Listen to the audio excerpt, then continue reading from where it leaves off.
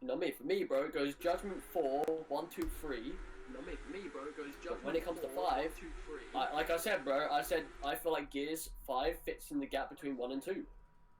And then when I finish it, I'll give you my final verdict. But I feel like it's gonna be hard to beat 2 and 3 because of the fucking narratives that they developed within that goddamn story, and just the overall story just being able to flow from start to finish. Like whether you like it or not, bro. Exactly, bro. But Jacinto got fucking mass bomb, bro. I like mass bomb. Destroyed that shit. I love that crap. That was the whole point. That was the whole, obviously. What is it? The emotion. The motion. Yeah, the emotion in you saw it in 2, and then in 3 it became a big factor because they became Leviathans. That's what I liked about Gears, man, the original series, bro. They used the light mass bombings ingredient, the emotion, to evolve the Locust in 3. I fucking love that storyline.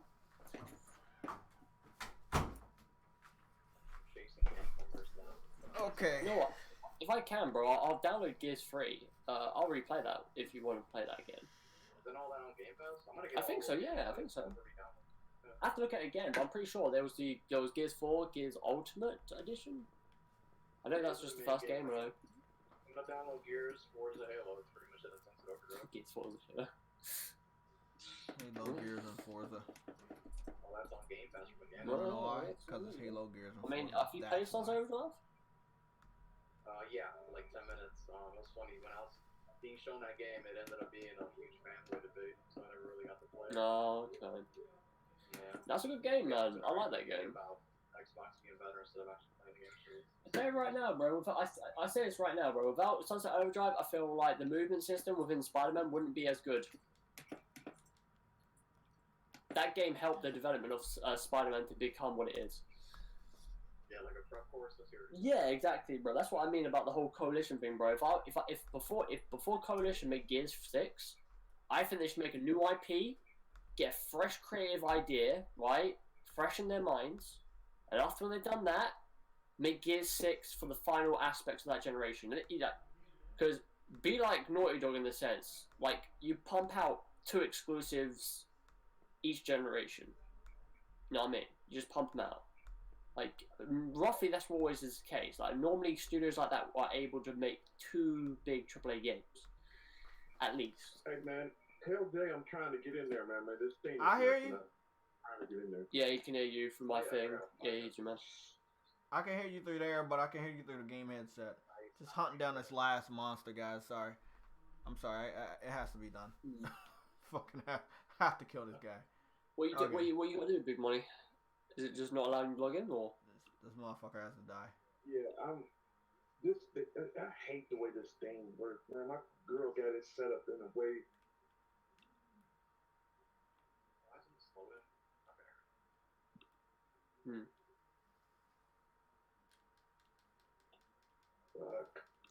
That's like me on the fucking Via. If I go through Discord on Safari, it all works fine and dandy, but like for some reason it doesn't.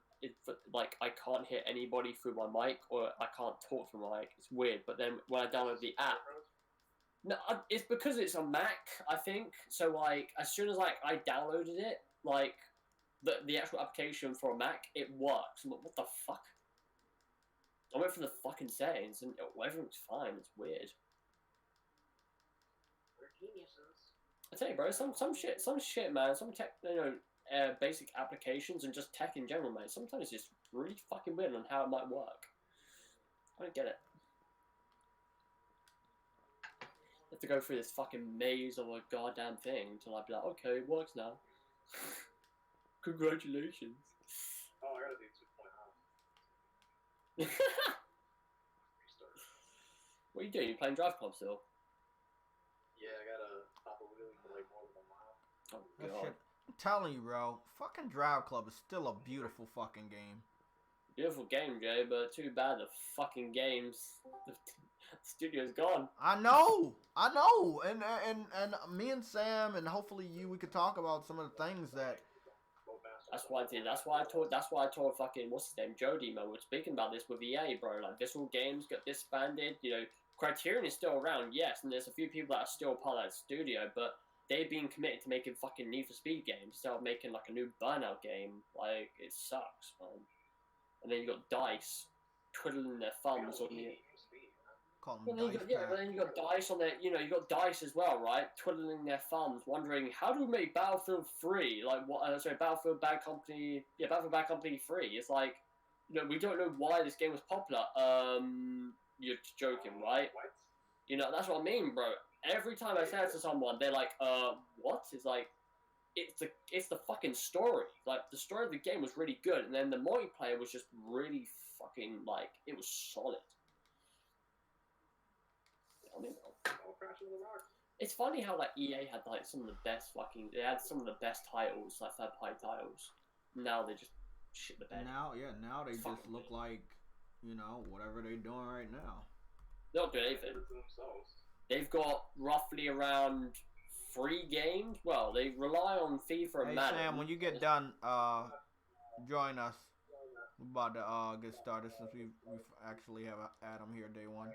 Like, I'm gonna mute some people on the party chat. Yeah, I'm gonna mute everyone on the party chat. So we don't get any echoes. We got a lot of topics. I do want to talk about that All Stars thing. It's weird to talk about it, but I'll be here for a few minutes. It's weird to talk about it because what is the topics? I mean, well, the PlayStation All Star thing. I know you don't like it, and a lot of other PlayStation gamers. Well, I don't like it. I wasn't like No, I covered it about 2 years ago when all the remember those live action commercials started.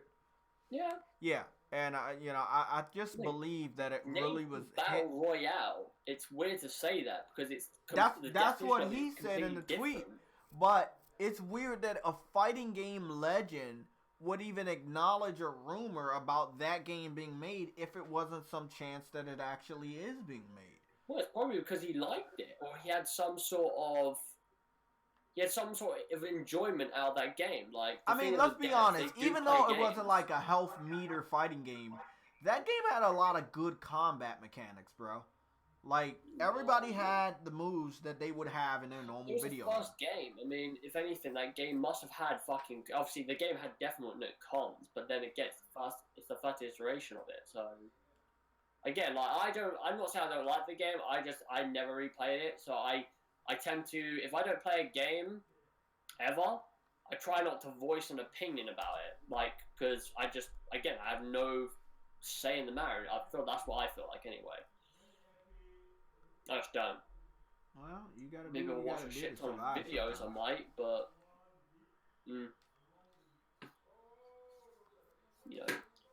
if I had to say, bro, like, I wouldn't mind them doing that. Like, if they had to like choose between like Knack 3 and then making that game, I think they should make that game. They should 100% make that game for a launch title. That'd be pretty nice little launch title. I also think that if Insomniac can't make Resistance, I feel like Bluepoint should make a remaster of 1, maybe. I don't know. God knows. Yeah, look, I believe something's definitely going on with that Resistance shit. It's weird for them to tease us like that, leading up to the acquisition, and then continue to tease us after the acquisition. Well, all you gotta do, bro, like, listen, like, during this week, it was the anniversary of 3. It was 8 years, I think it was. No, not 8 years. It was 6 years. It wasn't it, or something like that. I forgot. Of the third game. Yeah. And the amount of people within the comment section that said remaster 1, remaster 2, remaster the whole trilogy, remaster or remake, do a 4th one. The fan base is hungry for that game, and Sony definitely are probably looking at that. They're 100% looking at that. It'd be weird for them to turn that sort of like popularity down on the game. 100% they would. That's a weird thing for them to do. I mean, well, yeah. It's like God of War. God of War, a lot of people wanted to see a new God of War game, but they didn't want the God of War game that we got. But, no, it was a treat table one. I fucking love that game. Fuck it. I agree with that. I definitely agree. Yeah. Well, guys, we're live. We got the right number of the episode. This is episode 6 of the Discord. Sunday show. Oh. Adam's here. I'm here. Sam will be joining late. Probably late. He's playing Drive Club. Big Money should be here soon. And we might have some other people. Okay.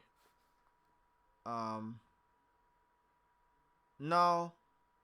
No, I don't think so. I mean, I can. I don't know if that'll fix it. He might have to just restart his phone and shit.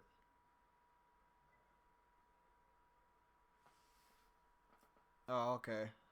Well, me and Adam are over there, but I was in the middle, guys, of fighting this monster on the new Monster Hunter Iceborne, which it is amazing how them changing from where we were in an island to this snowy area and how everything changed with everybody's outfits and, you know, the snow and everything. It's really, really good. It deserved that 90 on Metacritic. And I guess we can segue into that as our first topic. Sam, whenever you get ready, man, join us. We're going to get started. Adam, we're going to not talk about All-Stars. We're going to talk about that a little bit later. But let me make sure I have that ready to talk about. So I already have that on my page. Oh, shit. Okay. I'm so tired. Big Money is in here. We get ready to bet him.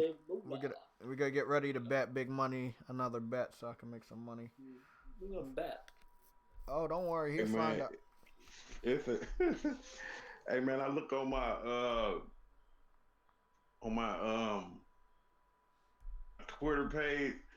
It's it's like a lot of people trying to bet me on a lot of shit now. Everybody just think I'm a sucker on bets. They think you're like everybody trying to bet me down. Like Kid Smooth, where you'll just take a bet and like they think you're just gonna lose off the bat. Oh shit! I'll tell you one thing though about this new Monster Hunter DLC. There's a shitload of like cutscenes. There's a lot of more storytelling than in the first one, at least starting out. And I know they got to run me through it. I'm not having a bad time with it. It's just I wish I wasn't playing the game right now, right next to the podcast, because I really want to play the game and not do the podcast. You know what I'm saying? But I'm just gonna do the game afterwards. Okay, let's get started on Metacritic. We're already zoomed in. I'm gonna be here for this, and then afterwards I'm gonna shoot. Okay, let's get started with that. Let me get ready to share the I don't need screen. to do this anyway. Like when you do the podcast, shoot after just a few minutes. Okay, cool. Let me go share the screen real quick. Let me grab your thing and just mute it. Okay. It looks like everything is Let's good. see what your thing is. Where are we at? We're good here. We're good there. Sunday show. There we go. Okay, here we go with the Sunday show. We are sharing. So, as you can see, as far as the new games are concerned, Monster Hunter Iceborne, the PS4 edition, is sitting at a 90 on Metacritic. Astral Chain is sitting at an 88 on Metacritic. Behind that is Gears of War 5 sitting at an 85 on Metacritic. Children of Morta is sitting at an 84 on Metacritic. And Control, the PS4 version, is sitting at an 81 on Metacritic. Okay, people, let's get started. Gears of War 5 is number 3 in the ratings right now. That's not bad. Everything afterwards is just not that far away from Gears, so they're not bad either. I don't think there's a big problem with that. I think Gears got a very good score. I don't know why. If I owned the Xbox, only owned the Xbox, and Gears is the only good game that came out in the last 2 or 3 years, I would be really, really proud. It would not matter if it's not a 90. Now, if you're a fanboy and not a gamer, and you need it to be at a 90 to justify your system, that's a you problem. That's not a them problem. That's not a me problem. That's not a us problem. That's a you problem. It is horrible that people cannot look at an 85 rated game and say it's a good game and not have anything bad to say about it. You know what? Like we were talking about this last week, man. I really do think that, and I think we can all agree that Microsoft needed this. They needed this so bad. Not only did they need this score and the good reviews, they needed a game. Period. They needed a game that they can call their own. The fans can call their own. Because I know they're tired of hearing the PlayStation fans like us just keep downing them. We're not downing them because games, well, they don't have games, but we're just down that that company have all that money and they're not spending it on making games. They're more worried about the infrastructure more than anything. Services. And Yeah, I think they needed this real bad. of course. It's a Especially for good Gears win for title. them. Yeah, especially for a Gears title, I feel like Gears. I mean, after 4, like, I mean, a lot of people that I know within the Xbox community have all stated the fact that Gears 4 didn't live up to what they expected from a Gears franchise. Especially, I mean, it's a game that's coming off of Gears. Well, I know Judgment, but I don't want to talk about a game ever. Like, I mean, coming off a game like Gears 3, like, you know, a great trilogy, and then you go into 4, and it's like, you know, it's it wasn't as, you know, like, the game just didn't hit those marks. But, you know, like you, Big Money, you're playing Gears. You're right now in, was it Act 2, Chapter 3? I've just reached Act 4, Chapter 1, which are pretty much the final 2 chapters of the game. And from Mhm. what I can say of the game and the reviews, I think most reviews have been fair. There are obviously a couple that have stated things that are a bit silly, but for me, I think the reviews are fair in what they say. A lot of reviews, you know, talk about the open world aspects being a bit bland or, you know, sort of empty, and they're not wrong. Like, the open world aspects, it feels like they stuck. It kind of does. The picture it painted for me when I'm playing these when I was in both the locations that were open world in this sense, or semi open world, were very like bone dry. Most of the things that like some things you did were around the borders of the map, and even when you do these side things, the priority of them is mainly get this upgrade for Jack, and then you find a collectible which might be a note or something in which regards the person that was there. But it doesn't necessarily have a huge connection with the main story, which, like I told you, Big Money, it kind of disconnected me from the main story, which it's a bit of a peeve for me because from the main quest lines, I really am enjoying the story. I think it's a good story. I've even, like yesterday, I said to myself that if I had to put it in a bracket, it would be as good as Judgment 4 and 1, but right now 2 and 3 are still the ones, you know, it's got to overcome. And hopefully when I complete the game, I'll have a bit of more like a final verdict, should I say. But from what I can say of Gears, it's definitely a good game. Like, it's a strong, solid game. I don't think it's like a masterpiece game. You know, it's got the potential maybe for Gears 6, but it's You know just what? one of those. It's a Gears game. Like, I hate to say it, but it's literally what it is. It's a Gears game. It's a solid It's a Gears game. game. And It's not. there's It's nothing not special. doing nothing spectacularly new. It's not. It's not innovating in anything like that. But it's a solid. No.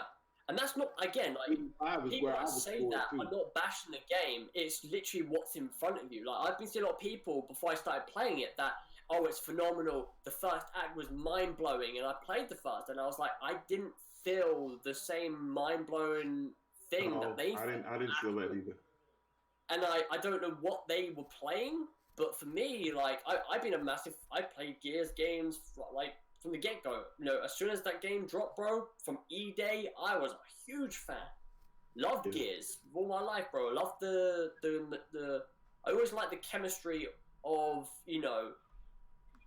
this cog army going up against Locust, but then they had the deeper story of a brotherhood, which was like reminiscent of like an army. Like, you know, when you are at war, you have brothers. You build relationship with these people that you're fighting side by side. I love that story, like that inner core story. But you know, when it comes to Gears, they're using this, and obviously that recipe's still good, but there are things that they obviously, with the current times with games and how they make, you know, how they go with the narrative aspects, they need to implement a bit more. And as much as I like the open world aspect that they try to do, I feel like they could have done this game linear and it would have still been a good game. Like, I don't, again, the open world aspect was like, it's cool, but you can clearly see that this open world thing was, it took them maybe a year and a half, maybe a year to make, like, just integrate it into the game, like, and it's fine. I mean, I think I'm trying to think. Now you know what, Adam. See the scores. I'm pretty like you like the game. I like the game. Pretty much everybody I talked to liked the game. Yeah. It got a good Metacritic score. The thing that scares me about this game, and it shouldn't, but I still want to see the sales. I still want to see how good this sells. I'm thinking in a month it can do 2 mil in a month. It can do well past 2 mil in a month. The only thing that scares me about this game is that this is the only thing that Microsoft fans can look forward to for the next year until the next console come out. This is the only fucking game that they got that's going to survive them. I know it's more games coming out. They got whatever that name is, Willow in the Wisp, whatever the fuck that name is. Hold on. Let me start talking for a little bit. The reason why I don't want you to bring that damn game up because part 1 is already on the way to Switch. We know part 2 is over there. I don't. You talking about Willow and the Wisp, whatever? What's the name of it? Ori and the Blind Forest is on its way to the Switch. Willow Wisp, I think, is gonna probably definitely end up to the Switch unless it's doing something really, really graphically demanding. It's probably going to end up on a Switch by the end of next year, and I know the Xbox fans, seeing that part 1 is already on the Switch, they know that they can't really brag about that as a point of owning an Xbox, especially since it's going to be on Steam day 1. But outside of that, let's disregard that game real quick. I don't know of me personally as a gamer, and I know I'm not an Xbox gamer, but me personally, I don't know of anything on the Xbox that's coming out that would say, yeah, I'm looking over there, I need to get it. That's what I'm saying, Jay. This is the only game that they can look forward to for the next 10 months. If you're a person that's trying to look for that specification, like, Gears 5 is that point. Like, Son of Sam, he's gone and got an Xbox One X at a low price. Right, he wants to play Gears, but the thing is, he's not buying Gears as a game. He's literally using someone's Game Pass to play this. You're here. And, like, that's like me. I'm literally using my brother's original Xbox One I don't like that. to play him with his playing on his console with his profile with Game Pass just to play this game because I've always been, when it comes to Xbox games, I've always kept my honesty and loyalty with Gears. I'm a big fan of Gears. I want this game to do good. I want this game to do like what God of War did. And hold on, I just want to say, you know, I got a Cash App and a PayPal, and I do have a home address. If anybody wants to give me a lesser Xbox, I don't worry, I'll be able to fund Gears for $1 for Game Pass. But if you want to give me an Xbox or donate to getting an Xbox One S or just a standard Xbox launch day, or if you have one that you want to give, if you believe Gears is that good that you think I should play it, you know. Have you played the other games? No. That's gonna be a bit hard for you to. It's not gonna be fucking hard, Adam.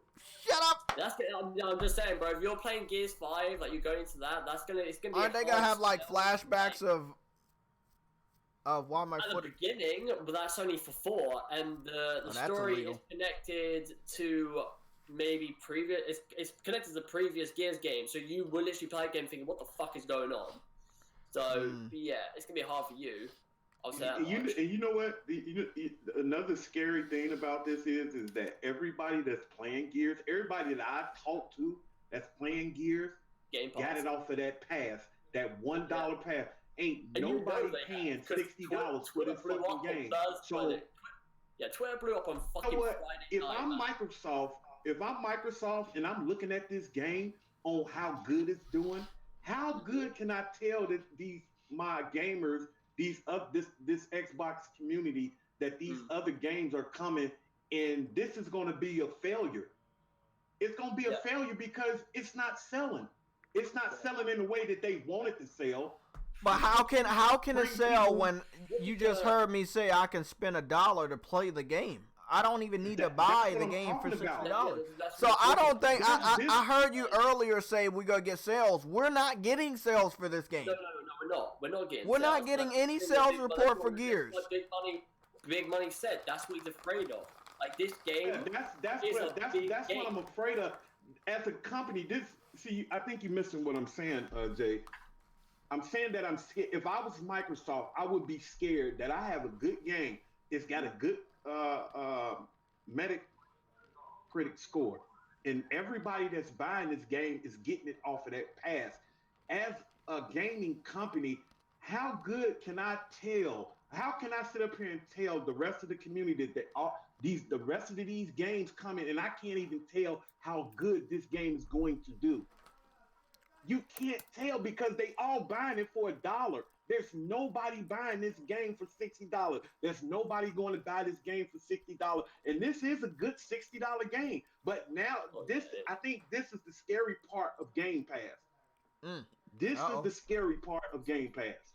This is why we shouldn't and why they shouldn't go with Game Pass. Because when you have a good game, they haven't had nothing this whole generation. This is their first game that I think that everybody in the in gaming community, period, even PlayStation gamers can say, okay, now they got a game.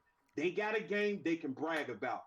But when it comes down to it with these companies, the money is the bottom line, and they're not going to see any money off of this fucking game. Part about Game Pass to me. I don't know about nobody else, but that's the very scary part to me. I'm just looking at the sales Big Money, right? So the Gears 4 sold, it says here, again, this might be updated. I don't know if this is what it is now, but Gears 4 is set at 2.66 million, right? That was sales of that game. That was before Game Pass. Gears 3 sold 3 million in the first week on the copies, which is good. Like, obviously, that's a good, strong thing. Like, I agree with you on the aspects of, like, you know, being afraid of this game, because, again, Gears was a game on Xbox 360 where when that game came out, that game sold fucking units. It sold units. And a lot of people hyped that game. And with last week, and as well, the official physical launch coming up next week, right? Fans of Gears are up in force, bro. They're always out there. They're always repping that game, like, in that sense. And it's like, okay, cool. Like, their fan base is there. But I'm completely with you when you say that they will, like, how much are they going to sell? Like, you said, what, 2 million, what did you say, 2 million in what? What did you say? In the first month. I think they can do 2 million in the first month. I'm thinking, like, round 2 physical sales. I'm just talking about physical sales on that one. In the first month, maybe. I mean, I'm being a bit generous with the 4 million, but maybe 2 million would be a bit more. Yeah, but yeah, I mean, I'm with you there, bro. It's like if I'm Microsoft specifically, I want that game to sell like not saying like tens of millions, but I'm expecting it to at least sell 5 mil, like at least. Exactly, but how can you tell when you got the game for a fucking $1? The game is $1. We talked about this before, Big Money. That's the thing, we talked about this before, and I said it before many times. What the fuck is going on? How does anybody know how much the developer is making off of Game Pass, having your game on Game Pass, when so many of your copies of your game are being sold via Game Pass? Or played, let's say played. Because they're not really... if your game is $60, how the fuck are you making a good amount of money off of a subscription that people could pay $1 for that subscription and also play your game if they want? You see what I'm saying? But how does that... Somebody has to break it down. I know, Adam. I know the research we found. I know the certain developers hype it up. I know Microsoft's going to hype it up. But it's not true. We all know it's not true. Well, that's the thing. Though, It doesn't matter if we master calculus. It doesn't matter if we were good in math. It doesn't matter if we know what 4 plus 4 is. There's no way to fucking figure out how much a developer is making, and how do they know what a sale is if you got a $1 fucking subscription, and yeah, you can choose to play 1 or 2 games. You can play all of them if you have the time. It's like, how do you know? It's so confusing. I told you earlier on, right? If you go into like a Target or whatever, like a shop which sells Xboxes and PlayStation, right? And you're a person that had to sell those consoles off of some sort of like just how you would sell the console. For me, if I was selling you a PlayStation 4, I'd be like, here on this console, I'd be like, so the PS4, right, has great exclusives, sort of critically acclaimed games, right? Easy sell in that sense. When it comes to Microsoft with Xbox, it is a sense of you can buy this console and just for $2, you can have a library of games, which is also a big selling point. But it is that sense of like, it depends on if those games you like them, and also on top of that, if you will further enjoy them, on the sense of being critically acclaimed, greatly reviewed. Yeah, you're right about that. And guess what, Adam? After that 2 months is over with, I'm not paying. Look, after that, I paid $2 for 2 months of Ultimate Game Pass, and that's it. And that's what Microsoft think was going to happen. They think I'm gonna go, oh fuck it, I'm gonna keep it, or I'm gonna forget that it's there. Dude, I can tell you right now, big money, right? I'm gonna forget that it's there. No, I'm not. I tell you right now, bro, like after this month's gone, bro. If I'm just saying, maybe they might just, I don't know, but I can imagine Xbox releasing the numbers of Game Pass subscriptions at the end of this month, saying we had our biggest subscription month ever. You're gonna do it, yeah. I wonder why. And then afterwards, it's like go shooting back down. Like, what happened to the subscribers? Oh yeah, Gears 5 came out and that was it. Like, people only played that for like a month. They were done. No shit. But but hold on, that's a sad story in itself. That people would rather play Gears for $1 than actually buy it. I mean, listen, bro. If I add an X, which means you have to listen. That's the trap. You have to stay paying for Game Pass, because then once you stop, you don't have access to Gears anymore. I will say this right now, bro. If I had an Xbox One X, like my brother, right, I would gladly have bought Gears 5, an actual copy of it. I would have gladly done that. And played it early for what's it called again? Early access. I would have gladly done that. But the fact that I don't, and my brother had a spare Xbox where I am right now, I was like, you know what, fuck it. I'm grabbing that shit. I'm putting it on. Like, I'm sent up. I pre-installed it on the Wednesday, ready on Thursday. Started playing it. Friday, the fucking network went down for, which didn't allow me to play Game Pass games, which is a bad thing. Also, NBA came out.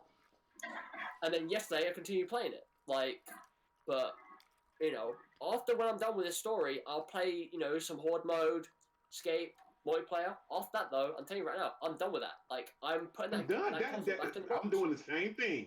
I'm doing the exact same thing. And that's why I say that's the scary part.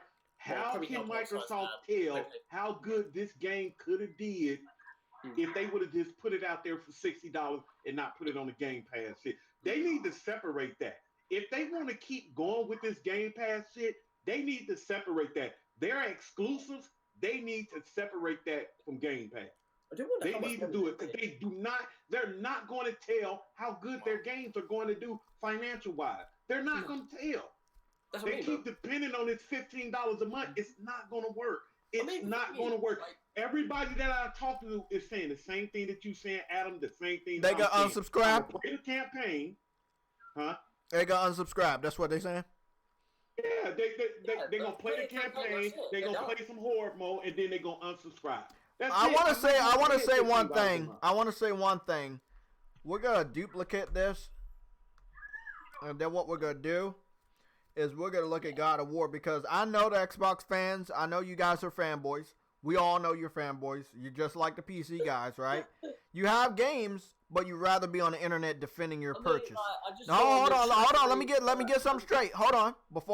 Let me get something straight. And the reason why I'm saying all of this is because I see that the user score is inflated as fuck. Yeah. Yeah, and that shit was at fucking 400 like maybe a day or two ago. So yeah, and I'm just gonna say, by the way, man, like, I mean, we're talking about the Metacritic score of this game, right? This game's only got 46 critics compared sad. to God of War that had, what is it, 114, 115 critics? Like, I'm sorry, bro. I'm expecting more critics to be reviewing this fucking game. I'm sorry, bro. That is but it's more fanboys trying to keep that fucking user score up. It's weird for Gears of War not to be reviewed by more critics because again, that game's well known, and like it's weird to even think of that. You know, I'm just looking at your comment section. Somebody just said Gears gameplay gets old real fast. I'm just gonna be straight with you. Gears gameplay is not ever like. Listen, bro. If people are going into this game thinking that it's gonna be like God of War and it revolutionizes the way you play the game, they're wrong. No. Like, they're wrong. if they even try to do that with Gears, I'm saying it right now, the fan base will be up in arms. They will not. Gears of War will never be able to change the format in which it has right now, ever. It just won't. Because if it does, people will flip their shit, and that's main Gears fans. I would like for them to change. So this is what I want to just talk about. I'm not talking bad about Gears. I'm talking bad about the Xbox fanboys that are supporting Gears. Okay. Yeah. Mm-hmm. So I want everybody to understand this. If you saw me say some shit on Twitter, I'm not talking bad about Gears. I've experienced some yellow, by the way. I've experienced 5 glitches yesterday alone. That was like my first hand, anyway. Okay. Yeah. Anyway, go ahead, Jay. So the user score is sitting at 12. Yeah, it's sitting at 1274. Mm-hmm. That's how many people that oh, never mind. I'm sorry. My eyes are still fucking bad. I need to put my fucking glasses on. Sorry, I apologize. I apologize. God of War user score is sitting at 10,000, and Gears of War is sitting at 1,000. Sorry. I thought y'all blew that shit up. Hold on. I apologize. I thought that shit was sitting at 10,000 on Gears, but it's sitting at 1,000 versus God of War. Almost blew a gasket. I almost blew a gasket, but they are blowing that shit up though. They want that shit to stay up there. And what I saw before we move on to the next topic, they are now, as of this morning, about 11 o'clock East Coast time, I saw an Xbox fan trying to argue that the user score means it's good. I'm like, the other score means it's good. 85 is a great score. It is a great score. I don't know what's so bad about an 85. Look, if it was a 90, I know you guys would be saying it's definitively better than God of War, definitively better than Uncharted. You guys are saying that anyway. I see some crazy shit on Twitter over the last couple days. Yeah, I've as well. I mean, until I complete the game, I won't give my definitive answer. But for right now, I see a lot of people saying it's the best game in the Gears series. I'm like, I find that hard to believe because hold on. We gotta duplicate. I wouldn't say it's the best, but it's up there. It's up there. I can say this. It's the best game of this generation for Xbox fans. And it's the best looking game on Xbox as well. Like this game is really good. Well, listen. Some guy wanted me to talk about this for the podcast. As soon as the link went up, he wanted me to talk about Gears 5 lacks weight and intensity compared to other compared to Gears 1 and 2. It doesn't feel as brutal, grounded, or satisfying as the originals. And somebody has a comparison up. So, what do you guys think? Do you think it's as brutal and grounded and satisfying as 1 and 2? It's a Gears game, man. This is a Gears game. This is a Gears game. Yeah, go ahead. Let's say this. After 3, Judgment, and we take away Gears 4, this should have been Gears 4. Gears 5 should have been Gears 4. This can go right along with 1, 2, and 3.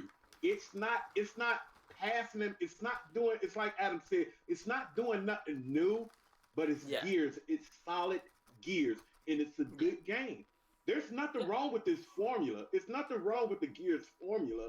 But I think some people, let's say new people that want to get into Gears, maybe they want to try something different. But like Adam said, I think the Gears community will fucking go crazy if they change the formula. And this is a good Gears game. Yeah, This bro. is a good Gears game. It's not I mean, it's not doing nothing spectacular, that's but it's a it, good bro. Gears game.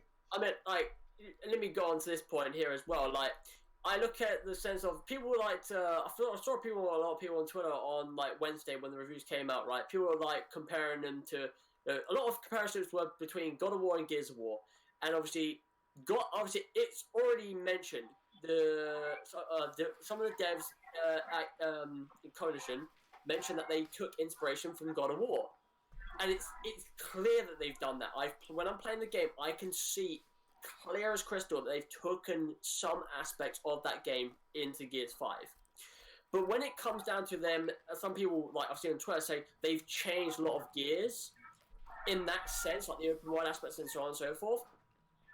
I instantly cringe up because, one, when you look at God of War 1, 2, and 3 compared to 4, like the newest one, it's a completely different game. Like, God of War changed everything about itself.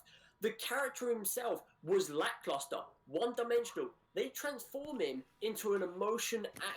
He has actual emotion. He has actual weight. They've that's one factor. The combat is less hack and slash, more strategic, more like close up, more like the sense of you have to think about certain things. The world itself is open world compared to it being linear. Like, there's a lot of things that, like, the change between God of War 3 to God of War 2018 is humongous. Whereas with Gears, right, 4 and 5, there is not a massive change. It's literally the same thing apart from adding an open world narrative within it, which again, like, I've seen a lot of those. Like I said, bro, loads of people comparing that game with God of War. And, like, you can't. The changes are not that big. Like, they're not that big. Like, you know what? Like, except for the leveling up system, they got a level up system in the game now. Exactly, bro. Like, it's fairly, it's okay. I mean, it's nothing huge, but it's okay. The way I say it, the way I've been said to a few people on Twitter, right, is go on YouTube, watch Raising Kratos documentary. It's 2 hours long, I know, but it literally tells you the evolution about this fucking game. The evolution to God of War was a massive standard because, you know, like, I played God of War 1, 2, and 3, right? And I like those games, but I always thought that, you know, Kratos as a character was just bland. He was pissed all the time. But then when you play 2018, he's a completely different character, but has the same backstory, you know, which is kept. Whereas, you know, Gears of War, it's the same fucking thing. Like, it's trying to mimic the locusts, calling them swarms. It's trying to sort of bring back some of the story elements of the original 3 back into this game and 4. And it's like, that's cool. You know, you're keeping the formula, but like I'm saying, like, if they tried to change the whole Gears narrative and the way you played Gears, yeah, their fan base is not going to be happy, bro. Like, I said it to Jay yesterday, Big Money. If they took out the Chainsaw Lancer out of that game, their fan base will be pissed from that alone. Yeah. That Lancer makes Gears. But, I mean, to go off of what's called again, Jay, this person saying that lacks weight and intensity, for me, it comes down to when these games come out. Like, I kind of agree with the person that posted that video to you, because in, you know, Gears 1, 2, and 3, there's more gore factor, there's more intensity, there's more violent aspects to it than what I've played with Gears 4 and also Gears 5. Like, there obviously are violent, gory aspects, of course there is, but, like, in Gears 3, you're inside a worm, right, and you're chainsawing the hearts out, and you're fucking, there's just blood everywhere, and, like, you chainsaw out of it by the end of that level. I've not seen anything like that within fucking 5. I haven't. Like, I'm waiting for that moment. Like, I mean, yeah. I mean, the only positive I can say as well, like, one of the things that I like about Gears 5 is that they've been able to change the color palette of the game. So instead of it being, like, brownish, grayish colors, they've gone with, like, bright reds and blues and greens, which is kind of refreshing to actually see this happen, bro. I'm happy about it. Like, yeah, Are you good? Because I'm kind of good with them changing the character to that girl. Do you like her story I better do, than man. what they were Like I doing with told, JD's story? yo, big money. I told you at the in the party chat, man. Like the first act playing JD, I wish I'd say this right now, bro. After the events of 4, it should have started off with Kate from the get-go in 5. You should not be playing as fucking JD. You just shouldn't. Yeah, and I'm not going to talk about like what happens in this game because, like, you know, I mean, there might be people that want to play it, but there are moments. You know, Kate has these headaches, which make her have visions of what may or may not happen, and I'm like, and you get these visions when you play as her in Act 2. And I'm like, why the fuck did they not allow you to play as Kate from the get-go? Because that would have been awesome, building this sort of narrative of, like, her slowly having these things, like, as if, like, they don't mean nothing, but then eventually are like, oh, fuck, they're something. You know, like I said, bro, like, I don't understand why you build up to the end of 4, and you're like, listen, next game you play as Kate, and then you basically backpedal at the beginning of this game, and you play as JD. I'm like, no. Yeah, because no. if I'm not mistaken, this game takes what, like 4 months, like 4 or 5 months after part 4, right? This game is like 4 or 5 months after part 4, if I'm not mistaken. Yeah. I don't know what it was. Yeah, I agree with you. I don't know why they did that because you only played as JD for what, like 30 minutes. So I don't know why they did that. It's like a couple of hours. Depends on how you play it, but like an hour, an hour or 2. About an hour. So yeah. Yeah, but like man, it's like if you're gonna commit to a character, especially with the way the advertising's going with Gears, like commit to it. Kate is a really good character, and Laura Bailey, who voices the character, it's fucking great. And it's like, you got, again, bro, if I'm Coalition, bro, just commit to that goddamn character. Because I found her more interesting than the whole of Gears 4 of JD. I did not give a fuck about JD in 4. Like, I don't say he's Marcus Phoenix's son, but I'm like, I don't give a fuck. He ain't nothing like Marcus, bro. Like, when it comes to Kate, though, I'm interested in that story because again, at the end of 4, you find out she's the fucking granddaughter of the Locust Queen. I'm like, yeah, I'm gonna fuck with that story if they tell it right, and they are telling it right within this story. It's a nice, But yeah, man, like, my last response to this whole Gears aspect is, Xbox fans that are talking shit about this game getting 90 can go away. This game is not a 90. It's just not. It's an 88 at best on Metacritic, but overall, it's a great game. Any Xbox fan that says like is bitching about this bullcrap, go and fuck yourself. It's a great fucking game for Xbox. It's a beautiful game. It's the best game y'all got this generation. It's probably the last best game that they are going to get until the next generation. Because I don't see anything else coming down the pipeline that's going to do better than this. I mean, I'm saying this right now, bro. Like, no one PlayStation fans, like, we get our exclusive, bro. We're doing photo mode, we're taking screenshots. You know, we've got Sunday Legend doing, like, gifts and shit like that. I want Xbox fans to be doing the same exact thing with Gears, bro. Get on that game, do some screenshots, do some freaking captures, bro, and just, like, just give your, like, you know, share some love with that game, right? Show us why this game is beautiful, why this game is X, Y, and Z, bro. You can do it, bro. I've seen this game. It's good. And you can do any sort of picture within this game, and it will be nice to see. Like, just give that game some love, man. It's like, seriously, if you own Gears 5, do it, bro. I mean, the game hasn't got photo mode, which kind of sucks. That game would be really good with photo mode.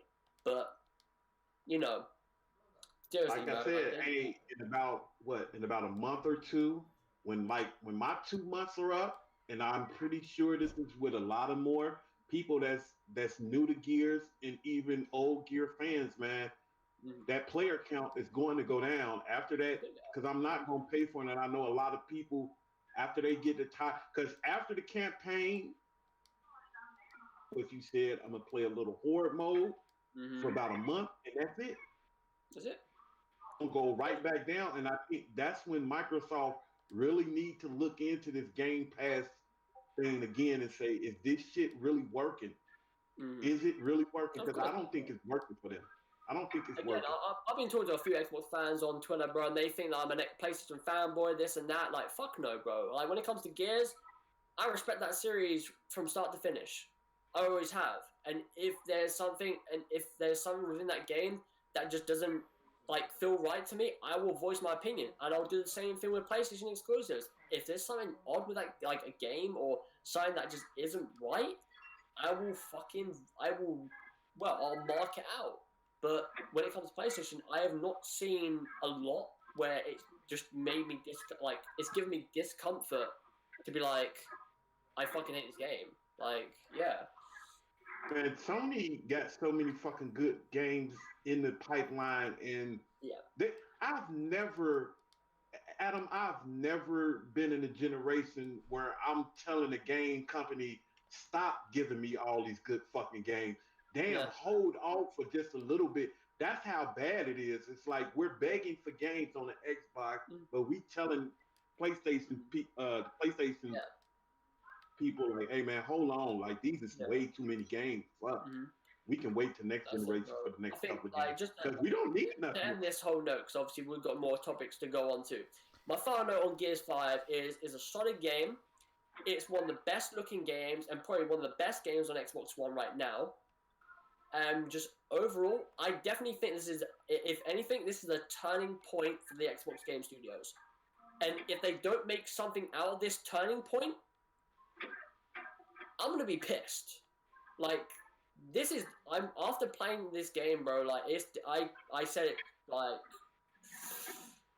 I see the reviews and so on and so forth, man. I was like, this is definitely a turning point for Xbox Game Studios, and I hope they utilize this turning point, because if they don't, and Sony bring out, a bunch of more exclusives that just do what they've been doing this generation, you fumbled your chance, basically. But yeah, it's definitely a turning point for Xbox Game Studios. I hope they utilize it to the extent, and I hope all the best from Coalition. Like, Coalition are a good studio.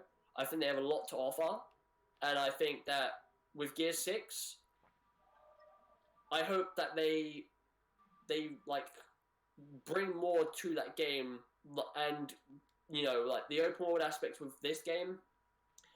I want them to actually do like an actual try of these mechanics, because I feel like a lot of the things that they added in this game are kind of just put in there just to lengthen the game out, which I don't mind, but I feel like you've got to push yourself a bit more. Yeah, man. I feel like when they come with Gear 6, after Gear 6, they need to reboot. They don't need to. They need to reboot after Gear 6. They need to reboot. Oh fuck yeah, bro! Honestly, yeah. I said this as well, man. Like, I don't listen, bro. If there's any Gears fans like me, bro, and actual fans that want to see this happen, right? After Gear 6 is done, right? I want Coalition to go ahead, reboot the whole thing, and literally take the whole fan base out of your mind and like them thinking that it might like their opinion on it, right? Reboot it, completely change the format, keep obviously COG, Locust, whatever, right? Keep that aspect, but I want you to change the just the landscape of it, like God of War did, and then come out and see how it plays out. So I feel like that would, for me, I think that would be a good move for them. I think they can do it, 100%, and I feel like it'll be a nice like breath of fresh air for like the Gears community. Obviously a few things they've got to keep, like the cover-to-cover based shooter, that sort of aspect, that they've got to keep that. That's Gears bread and butter. They're good at what they do there. But when it comes to other aspects, bro, they got to just fundamentally do different things here. Yeah, man. But anyway, I mean, that's all for that. Yeah, let's move on to that. Let's move on to another topic because Gears sucks.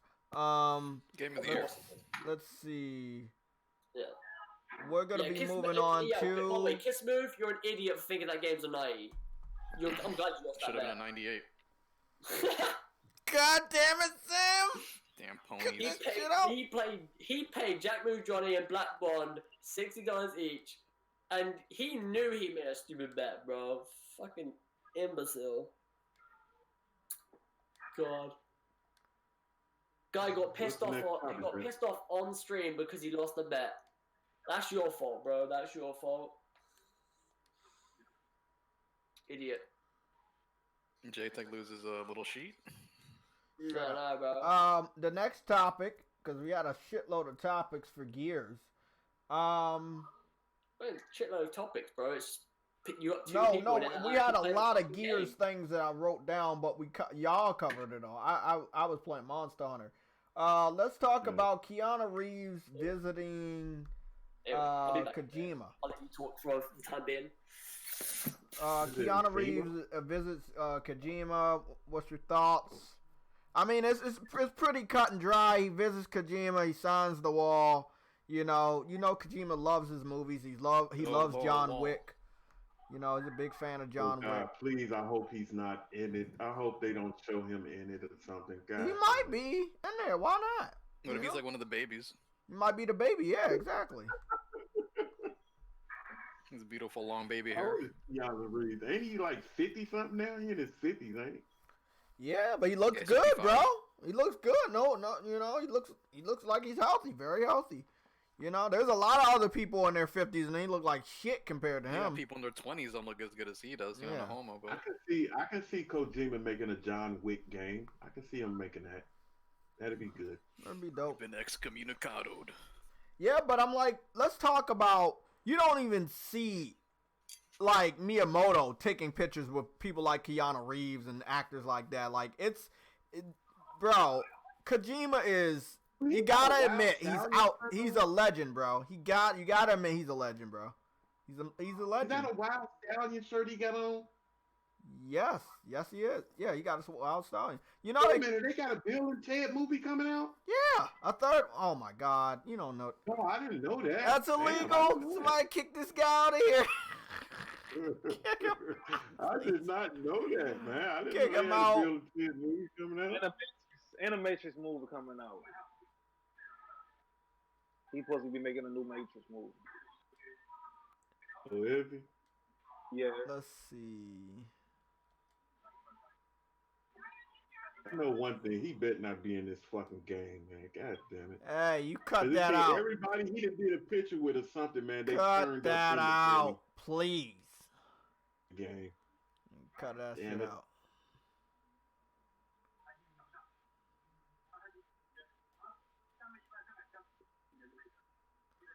I'm just telling Hey, you. get off of that damn So, game. look, Kojima's on another level, and this is what I brought you in here, Big Money, for a second bet, and that second bet will be to bet you with the 80 minutes of confirmed gameplay that we're getting. Do you believe that you will clearly understand more? Hell no. You don't believe 80 minutes of gameplay? Hell no. Wait a minute. When did they say that though? When did they say 80 minutes? Okay, I'm I gonna gotta see that delete in writing. you with my foot. I gotta see that in writing. I don't remember. Whoa, them whoa, saying whoa, 80 whoa, whoa, whoa! 80 You minutes. don't believe me? Me? I'm telling you something. You don't believe me. Hell That's no. a fucking legal. Yeah, That's yeah. illegal. I don't care what it is. Somebody arrest this guy. Okay, so you mean to tell He me doesn't understand what it is? all week you didn't see the schedule that he released himself? 50 minutes on day 1, 30 minutes on day 2. You didn't see this right here? Oh, okay. 80 minutes. Oh, you don't 80 believe? minutes, He 80 doesn't believe in the power of dreams, people. Let's help him out. And I bet you 50 minutes of that is gonna be that fucking guy running around. You think he's gonna be running around pissing on fucking flowers? That's illegal because he's not. Pissing on flowers and shit. He ain't gonna do What if that. he hugs a tree? He might hug a tree. We don't know. We'll figure that out.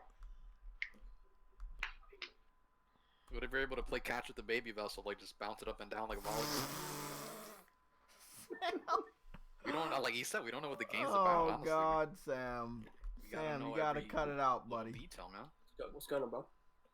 We're talking about Kojima. I want to bet big money, $10, bro, that next week, after all the gameplay is shown, after all the trailers are shown, that by next podcast you will have a better, a clearer understanding of what it is. I told you this, Jay, early this week. I don't think Big Money's gonna have a better understanding. I don't care. No, I still want to fucking. I want to roll the dice. Hey, you know what? I would be happy. I would be happy in that 80 minutes if they show at least 10 minutes of straight play. I'm not talking about just walking around and walking in the water or riding that fucking bike. Well, what gotta be gunplay. What's your problem with video game water? You want to fight me? Huh? This shit is getting on my nerves with this him walking in water and pissing and Oh, talking like. okay. We about to fight, bro. Nerve, video game water is absolute. It's just as absolute as dreams. You need video game like water. I said, bro, I think Big Money will have a better understanding with the gameplay. I But, think when he it comes will. to story, there's not gonna be an understanding there. I don't think Big Money's gonna understand the story. I think he's gonna understand the gameplay. I think he can. I think by next Sunday when we come back on the 7th episode of the podcast, I believe that Big Money will have a clear understanding of the gameplay and respect what it is and how it I is. hope so. I hope so. Yeah, there's small 'Cause aspects. like I of said, the for right game. now, man, I'm not gonna lie. I pre-ordered, and I took the pre-order back. I said, "Fuck that." Oh I'm man, that's renting. disrespectful. Disrespectabolicans. If this don't show me nothing, man, like So okay, I'm let's giving it go over a- this information together. I'm gonna go over it with you, Big Money. Everybody else already knows. Everybody listening, I know it might not be a whole bunch of you guys. I know it's not like 1,000 viewers each Sunday, but whoever is listening, spread the information. Okay, this is very important. Japan is clearly a day ahead of us, so everything they're doing, they're talking about the 12th and the 13th. In reality, in the United States, over here on the East Coast, that's the 11th and the 12th. So on Wednesday, we're going to be getting the information, but that's like Thursday their time. You know what I'm saying? And that'll be like Wednesday morning to noon or something like that in the afternoon, not nighttime. So we're going to be getting the information from Death Stranding's 50-minute of gameplay on Wednesday. And the 30 minutes of gameplay, we're going to be getting that Thursday. And then the voice acting will be Friday. As of right now, Death Stranding is 60 days away. So it's 2 months away, basically. So I just want everybody to know this is the schedule. It's on his Japanese Twitter account. It shows right here. This is the first wave of gameplay. It says Kojima Productions Death Stranding Day 1 Gameplay Session, Volume 1. And then on the second day, it says Kojima Productions Death Stranding Day 2 Gameplay Session, Volume 2. Very simple. Day 1, Day 2. Jay, do you think we're going to have a beta? I think we... I if they think do an that he open will beta- release a demo of the fucking game because he has done it with a lot of other Metal Gear games. We actually, the last Metal Gear game, we got gameplay, a gameplay demo. Remember that one? I think every Metal Gear game has maybe had a gameplay. Metal Gear Solid 4 had gameplay demo. Metal Gear Solid 1, I believe, maybe 1 did. I know 2 did. I think 2 and 3 did. That scary movie had a demo, but we know what happened with that. But What are you talking about, PT? I can see him do. Yeah, he did. He did the demo with that. Yeah, he's done the demo I for can see him everything putting in out my like a recent memory. 15-minute 4, demo. 4, 5, and PT. Everything he's laid his hands on as far as that has gotten a demo. I believe that we should be looking forward to a demo that'll probably be announced at Tokyo Game Show this week. Let's go get some of these times right, especially for day 1. It looks like day 1 and day 2 are gonna be at the same exact time. So day 1 and day 2, what time is it? 1600 in Japan, United States.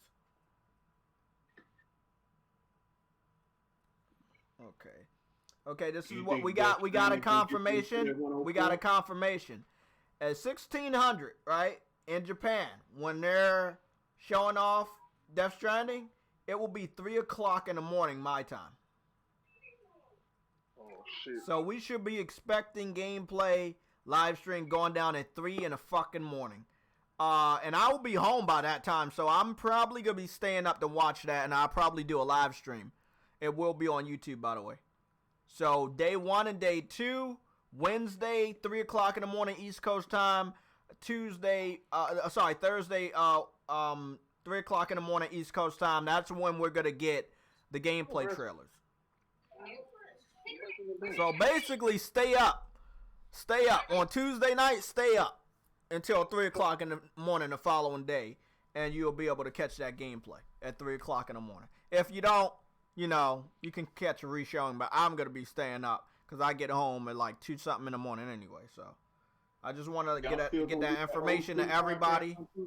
Huh? Old school podcast on Tuesday too? We're going to do the old school podcast, 11 o'clock morning. So JT, what time? Damn. Oh, okay. What happened? Yeah, Eddie? I said, what time will be for me? I stay in Louisiana, so what time? That same time as he's still on East Coast. Yeah, you still on East Coast. It's same time, so 3 o'clock in the morning. Oh, I'm gonna be up. I get off at 12, so I'll be up. Yeah, it'll be 3 o'clock in the morning East Coast. I don't know everybody else. I think West Coast. Yeah, yo. You guys are 3 hours behind us, so that would mean 12 in the morning. Yeah, so 12 in the morning West Coast, 3 in the morning East Coast. So remember, they're talking about Thursday and they're talking about Friday for the gameplay, but in reality in the United States, because Japan is basically a day ahead of us, it'll be on Wednesday and Thursday instead of Thursday and Friday. And their last talking will be on Saturday, but in our time, their last talking will be on Friday. So Wednesday, Thursday, Friday, that's when we're getting all the information. Their times, it'll be Thursday, Friday, Saturday. And as you can see right here, even though Kojima's talking about his time, there's still all this other stuff that's happening with PlayStation. PlayStation, and this is what we're going to really talk about, PlayStation has a huge presence outside of Kojima talking about Death Stranding and showing Death Stranding. You're going to have Final Fantasy Remake special stage presence right there. You see Project Resistance, which is the new co-op Resident Evil game, 4-player co-op online. Capcom is going to be at Tokyo Game Show to show us more and talk to us more about that. I don't know what any of this says. About Project Awakening. Didn't they say something about that? Project Awakening is supposed to really be there, but I don't see it on this schedule. We got other schedules that we can look at that'll talk about what's going on. So I want to... I think that's where they originally showed it the first time, wasn't it? At the Tokyo Game Show? Tokyo Game Show...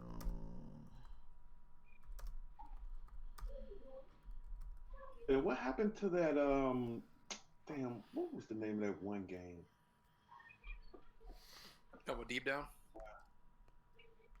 See, Deep Down. See right here, the Push Square is not covering the fact that Project Sakura Wars and Project Awakening will be there, but they are talking about all the other games. See, that's weird.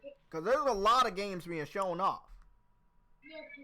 Do you remember that game that was made by that one dude, and then Sony picked that game up? Lost Soul Aside. Oh. Yeah, Lost Soul Aside. Is that gonna be there? I don't know. I haven't heard any information about it being shown. I think it was shown off at the China Joy event, and that has already passed. That's why a lot of people was kind of wondering, would it be at China Joy this year, and it wasn't showing off at China Joy. Because it's made by one person, it's probably gonna take a while. I hope it'll be. It should definitely be out by 2020. I would expect that. Other than that, they might as well put it as a PS5 exclusive. Yeah, that's what I was thinking. Maybe they should push that back to a PS5 release. Because from what I'm hearing about the game is not gonna be that long. It's gonna be about 5-6 hours long. Damn. Rumor. Yeah, it's made by one guy. I expect it to be that long. Well, it's some more people on the team now. Yeah, okay. Yeah, there's more people on the team now. Flesh out his It's bad. vision.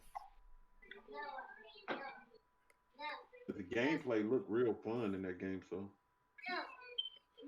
Oh yeah, Sony Eddie, got I heard two about that games game. coming out. I don't care about that game. I heard about it though, buddy. It's What game? it's a new battle royale game called Rogue Company. So like you're playing a group of assassins. It's a new style of battle royale. They have an alpha ready to sign up. But I'm tired of battle royales. I'm tired, bro. I don't care what coat of paint they have. I don't care what kind of little story they change. I'm tired of them, man. I'm tired of battle royale. I'm tired because they always every battle royale I played, they always squeeze in microtransactions for customizable characters and shit like that. I'm tired of it. I'm tired. Yeah. I can't support battle royale no more, bro, because it wants to break your pockets. You know, I played so many games in my lifetime. Let me ask the chat something right quick. Anybody in the chat? Did anybody get that breakpoint beta? I got Yeah, it, but yeah, I yeah. deleted it before it finished. I got it. Yeah. You got it, Eddie? Yeah. I got it. Yeah, it's good. Yeah, it's good. Yeah, it's good. It's really good game. I did. I wanted to try that out. I didn't even know they had a beta out. For real. Oh, I thought you did. You about to be late again, Big Money. Still no. You're late for every beta, and that's why they call you late man. That's what they call you. So yeah, Project Awakening, Project Soccer Wars are two PlayStation exclusives. It should be a lot there. I'm not really like seeing like every game and shit. There was a schedule that I saw. I forgot where it was. But I don't know, man. I hope that it's a lot there. I know it will be. It's so much that we can't cover it. This is Japan's E3. So a lot of Xbox fans don't really care. A lot of PC fans don't care. Nintendo fans, I don't see them as hype for Tokyo Game Show. But PlayStation gamers understand how important Tokyo Game Show is. Seeing that the presence of PlayStation is so fucking massive at this fucking event this year. This is definitely a second E3. You know, and this time they'll be the ones showing off the most content. So I cannot fucking wait. We're probably gonna get some leaks. Ain't you the one that told me that you think they're not gonna have a PSX this year? Did you tell me that, or is it somebody else? It might have been somebody else. I think that if we head into fucking October, wait up. I think that if they don't confirm that shit this month, we not having it. Cause December is what? 2 months away? 3 months away now? 2 months is some change. Because we're already in September. So, I mean, let's be honest. Do you think they gonna announce it the last month? No, we're running out of time. If they're gonna have a PSX this year, they're gonna have to announce it this month. Yeah. If they don't announce it this month, don't worry about it. We are all right as gamers. We don't need to. I tell people that. I tell Eddie this. I tell a lot of people. We don't need to act like Xbox fans. We don't need all of these events, bro. We are okay. We're gonna have games to play. We're gonna have games to hype about. We're gonna be okay. We're gonna get information. We're okay. We don't need to be like them. We don't need fucking all these fucking events every fucking month like they do, man. People need to know why you should own an Xbox every fucking month. We don't need that shit over on PlayStation. We don't. So, if they don't have a PlayStation experience, I think I'm going to be fucking just fine. Because I don't go to them anyway, and I don't get invited. Want one? What are they going to announce? You need to talk to these Xbox fans every month. Just You to know do. why You fucking do. And you need to talk to the Nintendo fans every month. And show them what the newest fucking downgraded port or the newest remaster is going to be. That's why they always have Nintendo Directs every fucking month.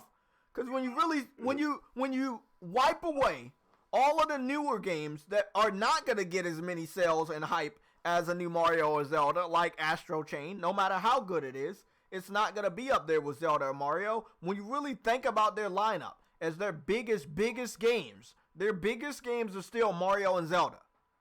Let's be 100% honest. And then they added some new games in there, and I'm not going to take away from that. They're very good games, great games, amazing games. But they're not Mario and Zelda. And then the rest of those games are nothing but remasters and ports, downgraded ports. I'm not going to give credit to handheld because they didn't give credit to the Vita, which was doing shit that the Switch ain't even fucking doing. The Vita had 2 fucking cameras, and it had Skype, it had a working internet browser, and some more shit. Sorry, man. We're not gonna fucking act like a fucking Switch is a damn console when they already announced a fucking handheld only version of the Switch that's coming out later this month. Fuck out of here, man. Fuck the Switch. How about that? You do gotta give them credit. I give them that credit that they're clearly above PC and they're clearly above Xbox. In terms of the exclusives that they're producing, that are pushing the industry forward, I would love more industry leaders to take more chances like games like Astro Chain. I would love that. And I also want Sony to do what Nintendo is doing. They brought back fucking Luigi's Mansion 3. Sony got a lot of classic fucking games. They need to look back in their library. I'm glad that Sony's trying with Medieval. I'm glad they tried with they brought back Ratchet and Clank a couple years ago. They're doing it every so often, but they could do it better. Like, I would love a brand new Ape Escape. We deserve it. We deserve a brand new Ape Escape. Okay. I think Sony just been so good this year, man. Like, they have, bro. They have been good. They've been out of this world for me. I think everything that a gamer would want in a generation, Sony gave to us. That's what I'm saying, man. I don't know if anybody else feels this way. It ain't gonna be the end of the world if they don't have a PlayStation experience this year. I don't know why it would be. Why anybody would be so worried that. The only reason I think they might not have it because PS5, man. The PS5. They talking about it in February of next year. If they gonna have an event in February, why have an event in December? Yeah. You know what I'm saying? Now, I'm not saying that we won't have a PlayStation. A state of play. The thing is, I do expect them to announce that information, though. I believe this month will be the month that we will get some information on what they're really going forward. The reason why, because this is the most active month for PlayStation. You have the Outbreak Day. Monster Hunter just released, as we already know. Monster Hunter is better on fucking PlayStation. We have all these other fucking games that are doing better on PlayStation in the month of September. We got the Call of Duty beta that's first on PlayStation. You know, Borderlands, whether it doesn't have anything special for PlayStation, it's going to do better over here. Tokyo Game Show is this week. You know what I'm saying? So there's a lot of crazy shit going down. So I think one thing, Sony's been real quiet this whole year, man. You know what? They did a real good job with leaks. I think they plugged a lot of leaks because you know how when Gamescom and E3 come around, we already know what's coming. Yeah. I think Sony has been doing a real good job with plugging leaks. Definitely. As a whole, had a problem with that, a real big problem with that, and I think Sony has did a real good job these last couple of months with plug, because everything that I know we do a lot of speculation, but a lot of times, like right before E3 come in, a lot of people, we know 90% of what the fuck is coming out for E3. Sony has been real below the radar, and they just everything you've said before this and what you're saying now leads us to what we're about to talk about. You know, I don't really support rumors. And you know, I put a lot of effort into that one video showing all the facts on why PlayStation All-Stars is probably in the work. And I did that video 2 years ago, and I believe it's sitting at 30,000 views. A lot of people watched that video. Ed Boon said some wild shit today, 5 hours ago. This is what he says. He says, with the rumor of a PlayStation All-Stars 2 in the works, I forgot the first one had the name Battle Royale in the title, which means something completely different by today's definition. Imagine a brawl game with 100 fighters battling down to the last one standing. Why would Ed Boon, the creator of fucking Mortal Kombat, even talk about a rumor, which is PlayStation All-Stars 2? A game that we know, even though the first one had promise, did not sell very well, and I never thought that it would actually be a reality. But for Ed Boon, a fighting game legend, to talk about a rumor and say that it is in the works, this right there is a leak. It's not a big leak because we don't see what it looks like. We don't know if it's 100% confirmed. We don't even know if we're going to see it this year. But we do got to admit one thing. Sony is on a celebration. And what says a celebration like a PlayStation All-Stars game on the 25th anniversary of PlayStation, which is this November? These are the patterns in the stars that I see. We got Outbreak Day coming up on the 26th. Ain't looking at the stars. Shut the fuck up. We got Outbreak Day on the 26th, right, of this month. We got Tokyo Game Show. They've already been going down memory lane in Japan about Ape Escape, right? We got Medieval coming out this year. We got a new guy coming out this year, Concrete Genie, with that main character that could be in PlayStation All-Stars. And then, if it wasn't as surprising as anything else I've ever saw, Sony comes out on a Friday and shows off these brand new PlayStation only exclusive collection game boxes that's only in the UK. I don't know if you caught that this week. Did you catch that? Yeah.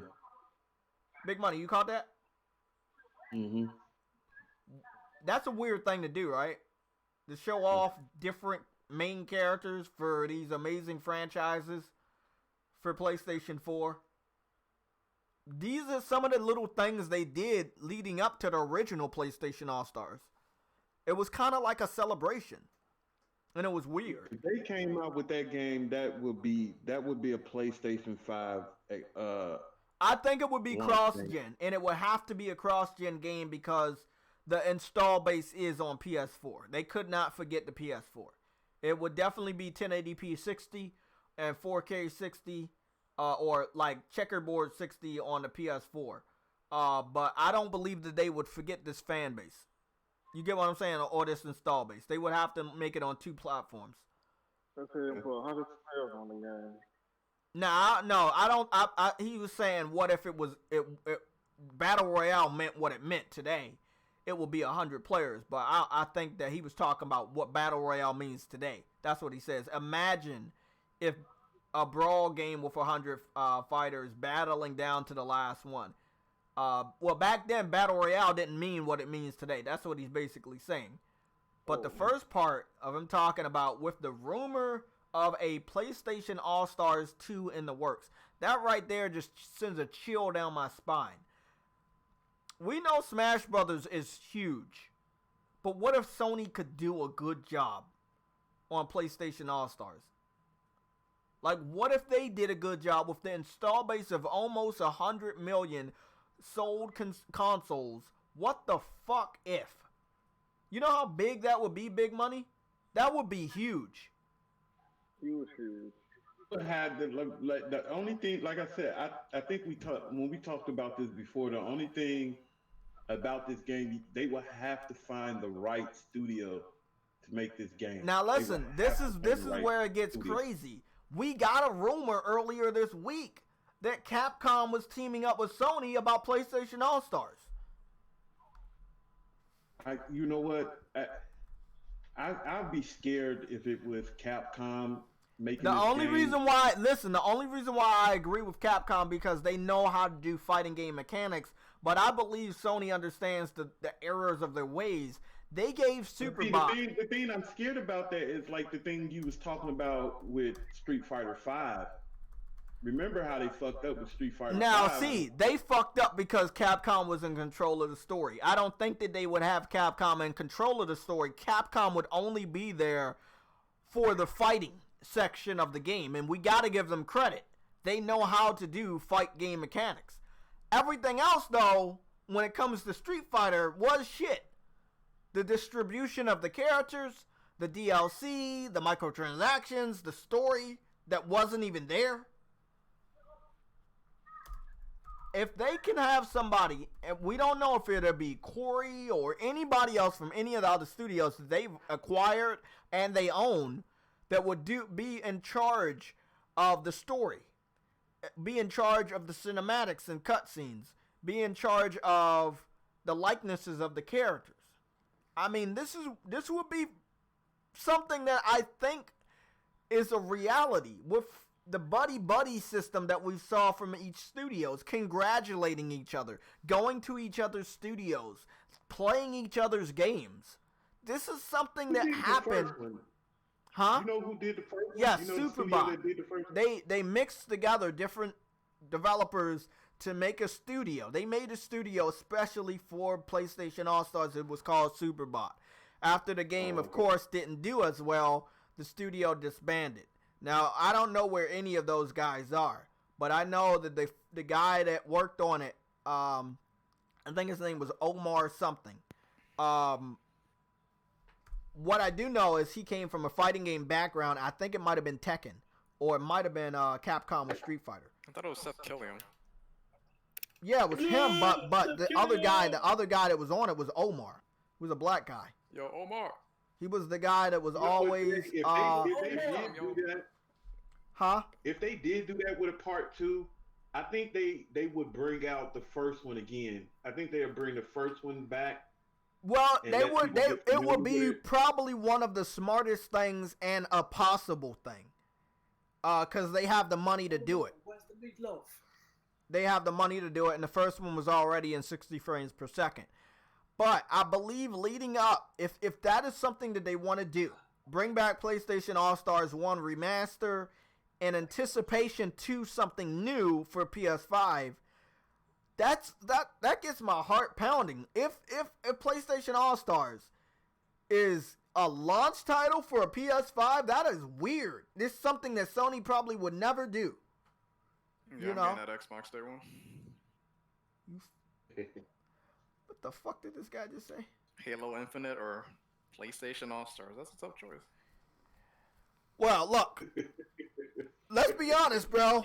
We know that. Let's be honest. I'm gonna say it here, and then I'm gonna kick Sam out of here just for the fuck of it, to be petty.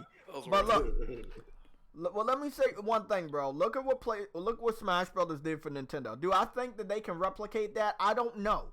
They have to have the right people outside of Capcom doing the fighting mechanics of the game. They have to have a good person for a story. They really do. It shouldn't be that hard of a story to get them where they're going to be, where the characters are meeting each other or whatever, but to make it enticing enough to care about. You know, I don't know, but I want it to be real. I'm not 100% sure that this is real, but I want it to be real, and it's just a weird thing for Ed Boon to come out and say on a Sunday. Booney. You know? Now, if Ed Boon said he was doing the game. No, but I'm saying he must know about it. He's a fighting game legend. He is behind the scenes. He knows about every fighting game. If he's really hearing heavy whispers of this going down, it might be true. And yes, he probably might be one of the consultants. Well, that would get me to buy the game. If he was behind the game, that would surely. I mean, but let's be honest. The one thing that's crazy about this is he said anything about a rumor to a game, the first game not being good, and he's talking about a sequel to a game that might be 10 years old. I don't know how old it is. We can go search that real quick.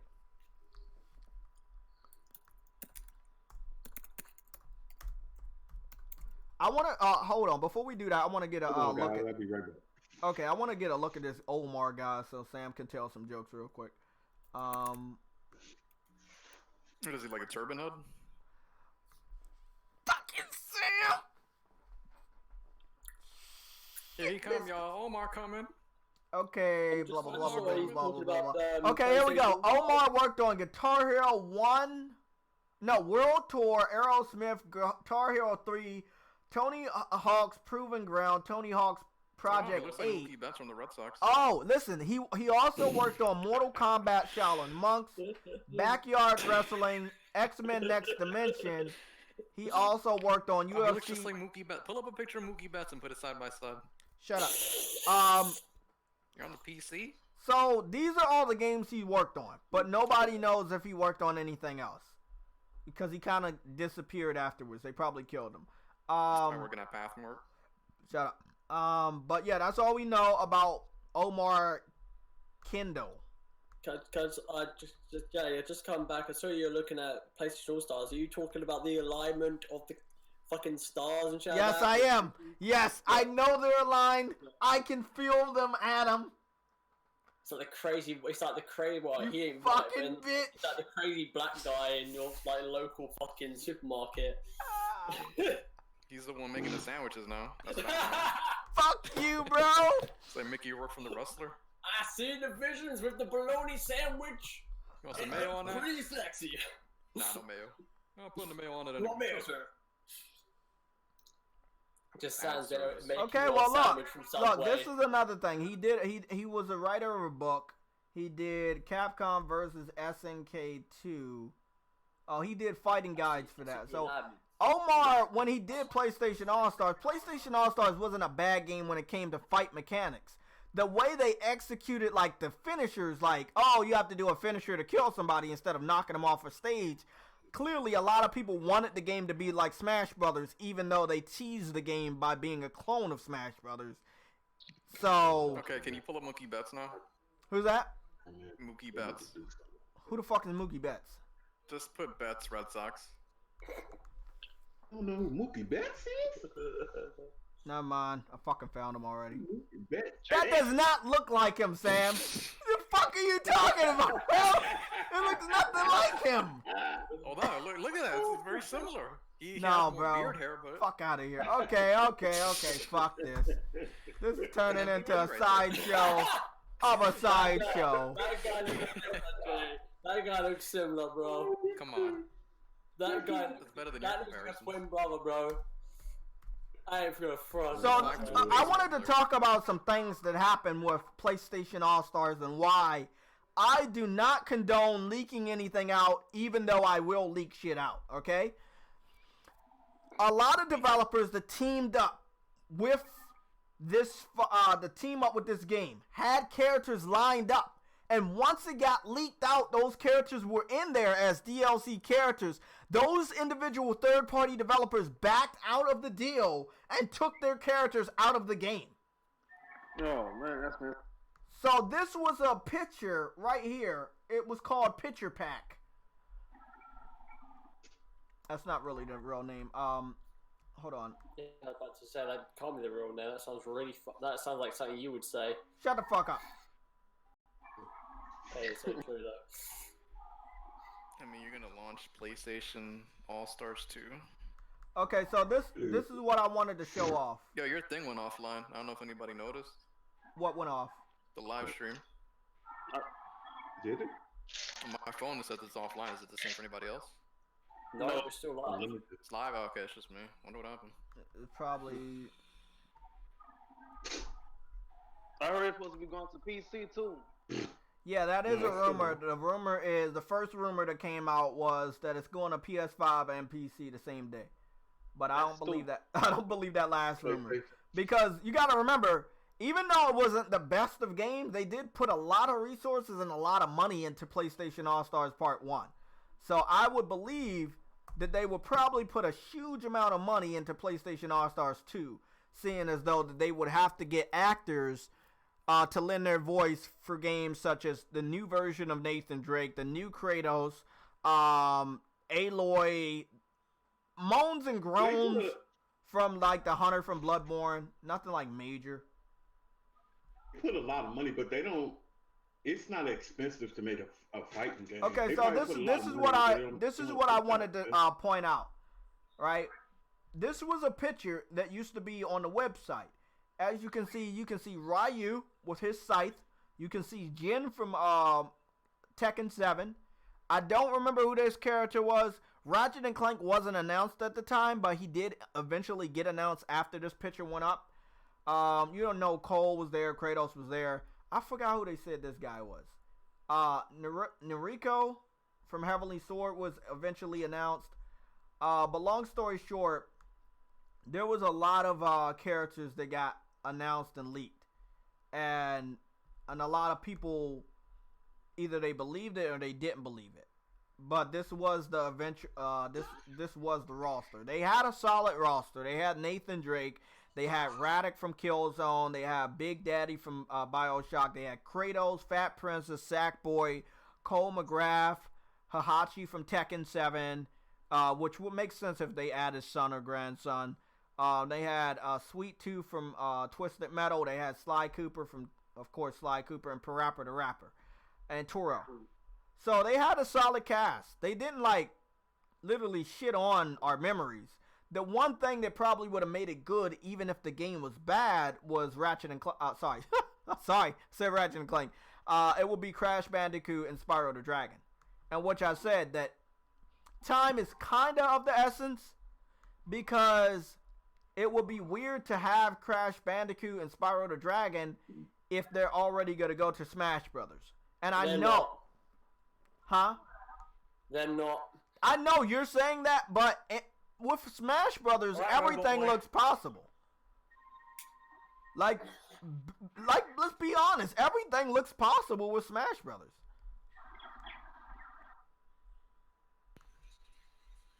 Do you not believe everything is possible with Dreams? You have to believe.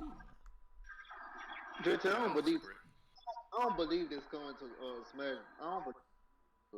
Don't keep going to. Say it's right now that they're not going to do it because fucking Activision will probably want a fucking fair bit of money from both of them motherfuckers. Oh, I know they would, and it will probably do better.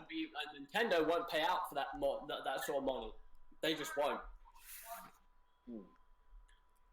But look, Sony, we got enough characters. We don't need no characters from no place else.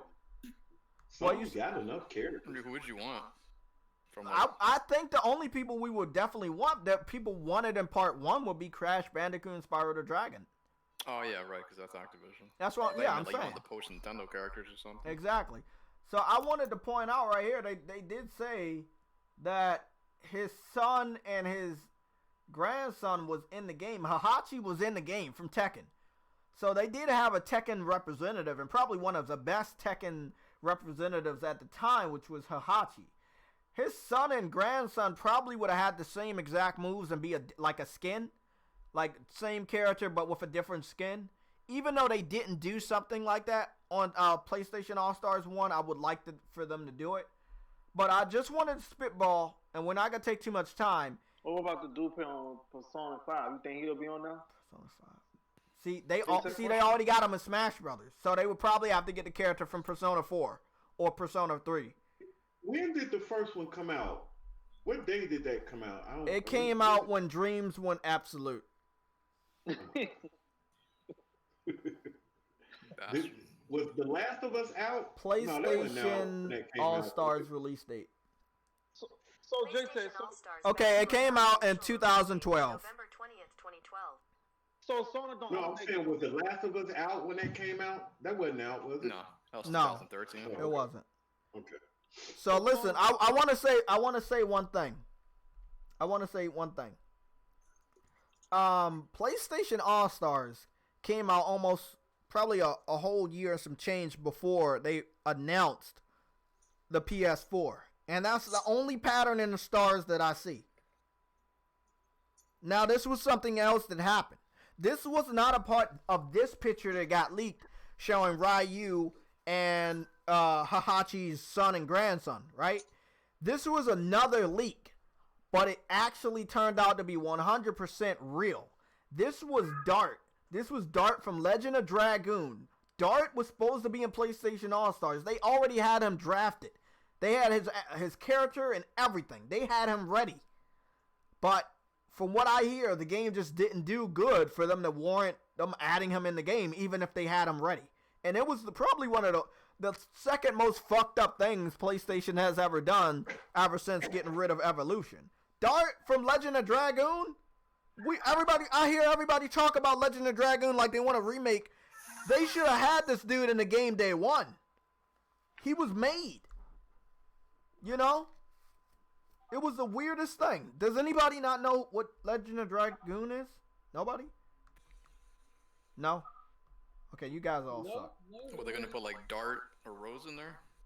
No, this is Dart. You see him right here? Okay. Yeah, they had him ready.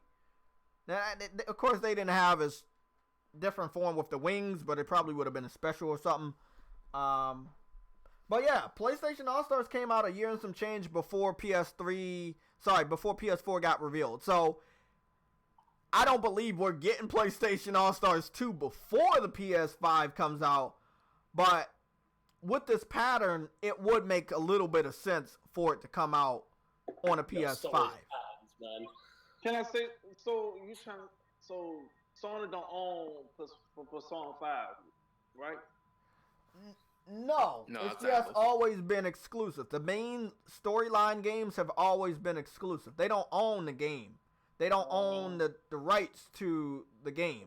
But they definitely have a deal with Atlas for that, obviously. Yeah, so they don't own none of the characters? No, they don't own any of the characters, Eddie. But I thought Nintendo did have to pay Atlas to get the character that they didn't even fucking have in any of their games.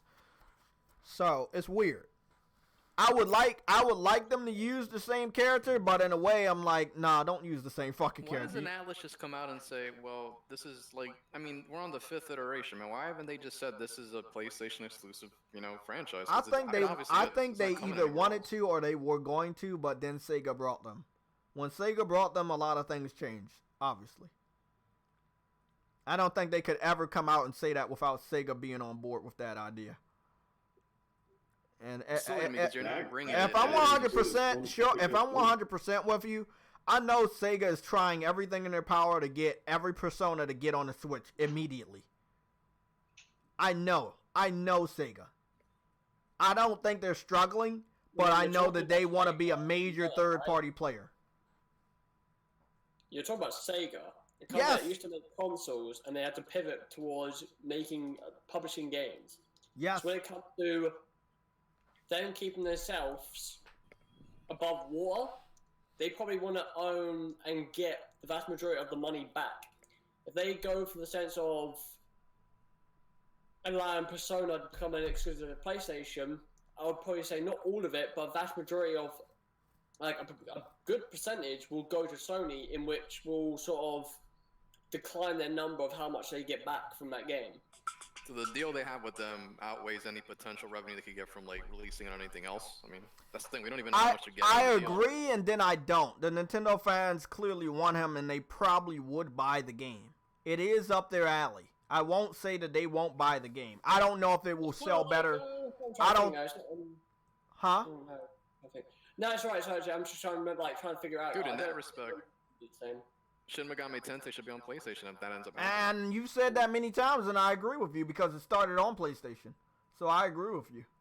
I definitely do. So what I said about Insomniac yesterday, the reason why Insomniac have now gotten to the point where they've been bought by Sony, well, they fessed up to the thinking, fuck it, we might as well join them, is because they do not own any IPs that they have made. So Resistance, Ratchet & Clank, Sunset Overdrive, Spider-Man, they do not own any of those IPs. No, they own Sunset Overdrive, don't they? No, they don't. That's Xbox. They own... No, wait, sorry. They own that. So, Big Money, here's how it goes, right? Xbox owns Sunset Overdrive, right? The first game. That's it. But if PlayStation wanted to make a sequel, they could. But they won't be able to make the first game. I think that's how it goes. Yeah, I know that, but I'm saying, as an IP, well, I'm confused. As a name, Insomniac can make those games regardless. But when it comes to the first game, they can't make that for any other platform apart from PC and Xbox. Adam, remember, they came to Sony at first, and that's why they never made Sunset Overdrive with Sony, because Sony wanted to own the IP, and they was like, no, Well, y'all couldn't. yeah, We didn't let y'all. when they acquired Insomniac Games, right, and Sean Layden did like a quick sort of interview with people.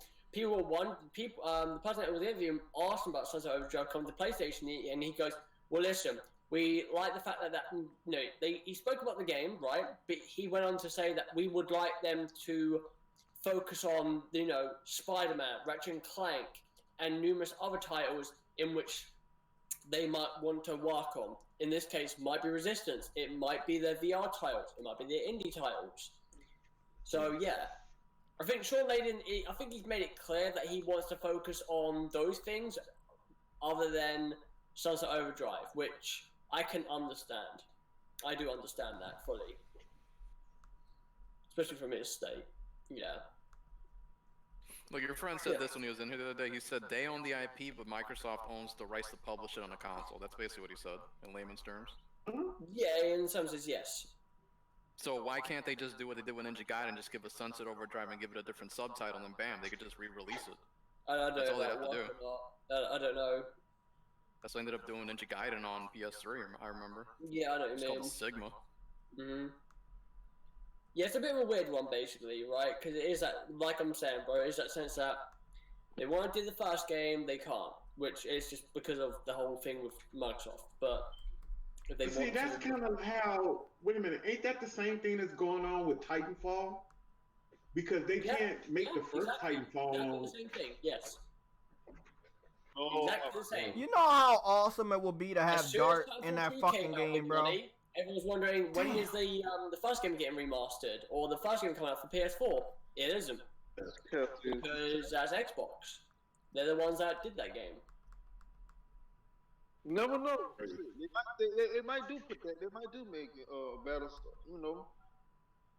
Making that game right now.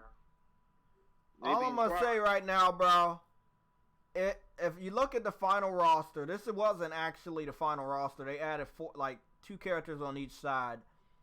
They had something, but with the resources they could pull in, with the favors they could pull in, with the capital that they have, with the respect that they have, and the lead that they have, they definitely could make a better sequel now than they ever could.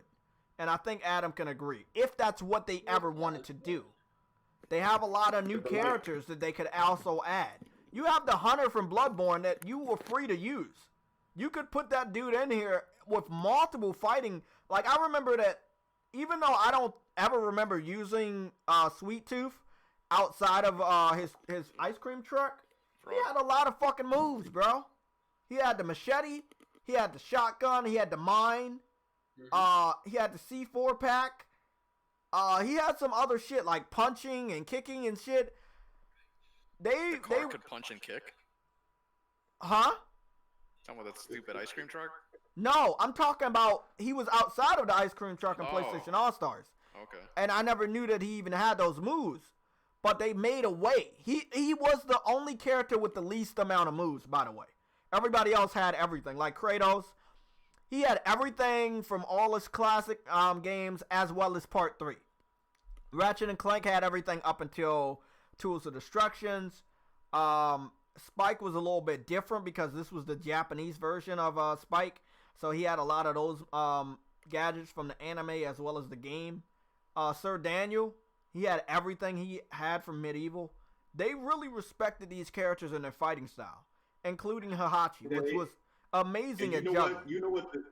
One of the biggest things, if they do come out with that game, I think they will have to decide on what type of fighting game it wants to be. Yes. Is it going to be?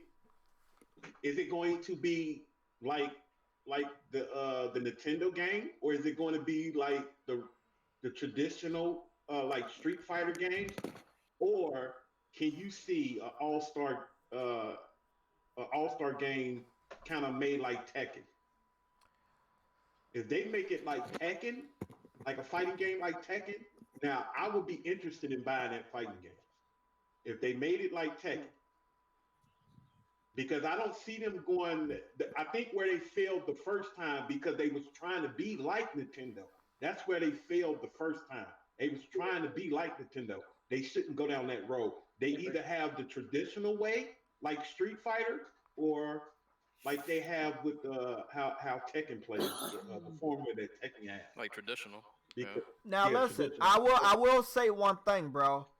Because they did have a character from Tekken, they obviously, like I said, they talked to the guy that had been making a lot of games. The Omar guy, he did work on like UFC and they had Capcom versus SNK. He had a good resume, but it wasn't as good as it needed to be. It was my only problem with PlayStation All Stars is I don't think he should have been in charge. And I think the people that they brought in to make this game, they should have been more qualified. So he was the game director? Yes, but the campaign sucked ass. And as far as the game design and how you executed the enemies, I think I would have rather it, even though it would have been almost like Smash Brothers. I think they should have had a percentage via health bar, like via the health bar, you know, instead of you don't have a health bar, you don't have a percentage, and you only kill people with a finisher move. You know what I'm saying? So everybody had 3 levels of finishers. And then that will kill you. 1 finisher, or 2 finisher, or 3. If it contacts you, if it makes contact with you, you're dead. And that's how you racked up kills in the game. I think and I believe that they would definitely take that out of the game. I think that was probably the worst part. I think if it was just like Smash Brothers, it would have got a solid pass as far as you got to get somebody to knock off the edge of the character. And I want to talk about this. I really do want to talk about this in the video because I have the only other game that was exactly like Smash Brothers, and it's a multi-plat. Remember that game called Brawl Out? Yeah.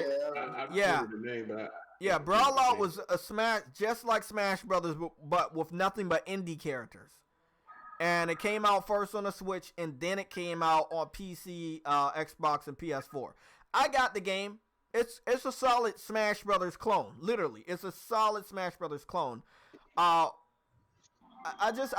think we should talk about this later, but I do want to say it seems weird for Ed Boon to say what he says, and then a rumor came out that this past week about them working with Capcom to get the game done. It's just weird. It would make a lot of sense for the game to get announced. They would have to announce that they're working on the game this year. And what we would have to look for is an announcement on the 25th birthday of PlayStation. And I think that's sometime in November. So, I just want to get one more thing out of the way for this pattern. When did the PlayStation 1 come out in the United States? September 9th, 1995. According to Giant Bomb, the Sony PlayStation is a video game console that was released by Sony Computer Entertainment in Japan on December 3rd, 1994, and in North America on September 9th, 1995. The PlayStation was the first of Sony Computer Entertainment's game consoles.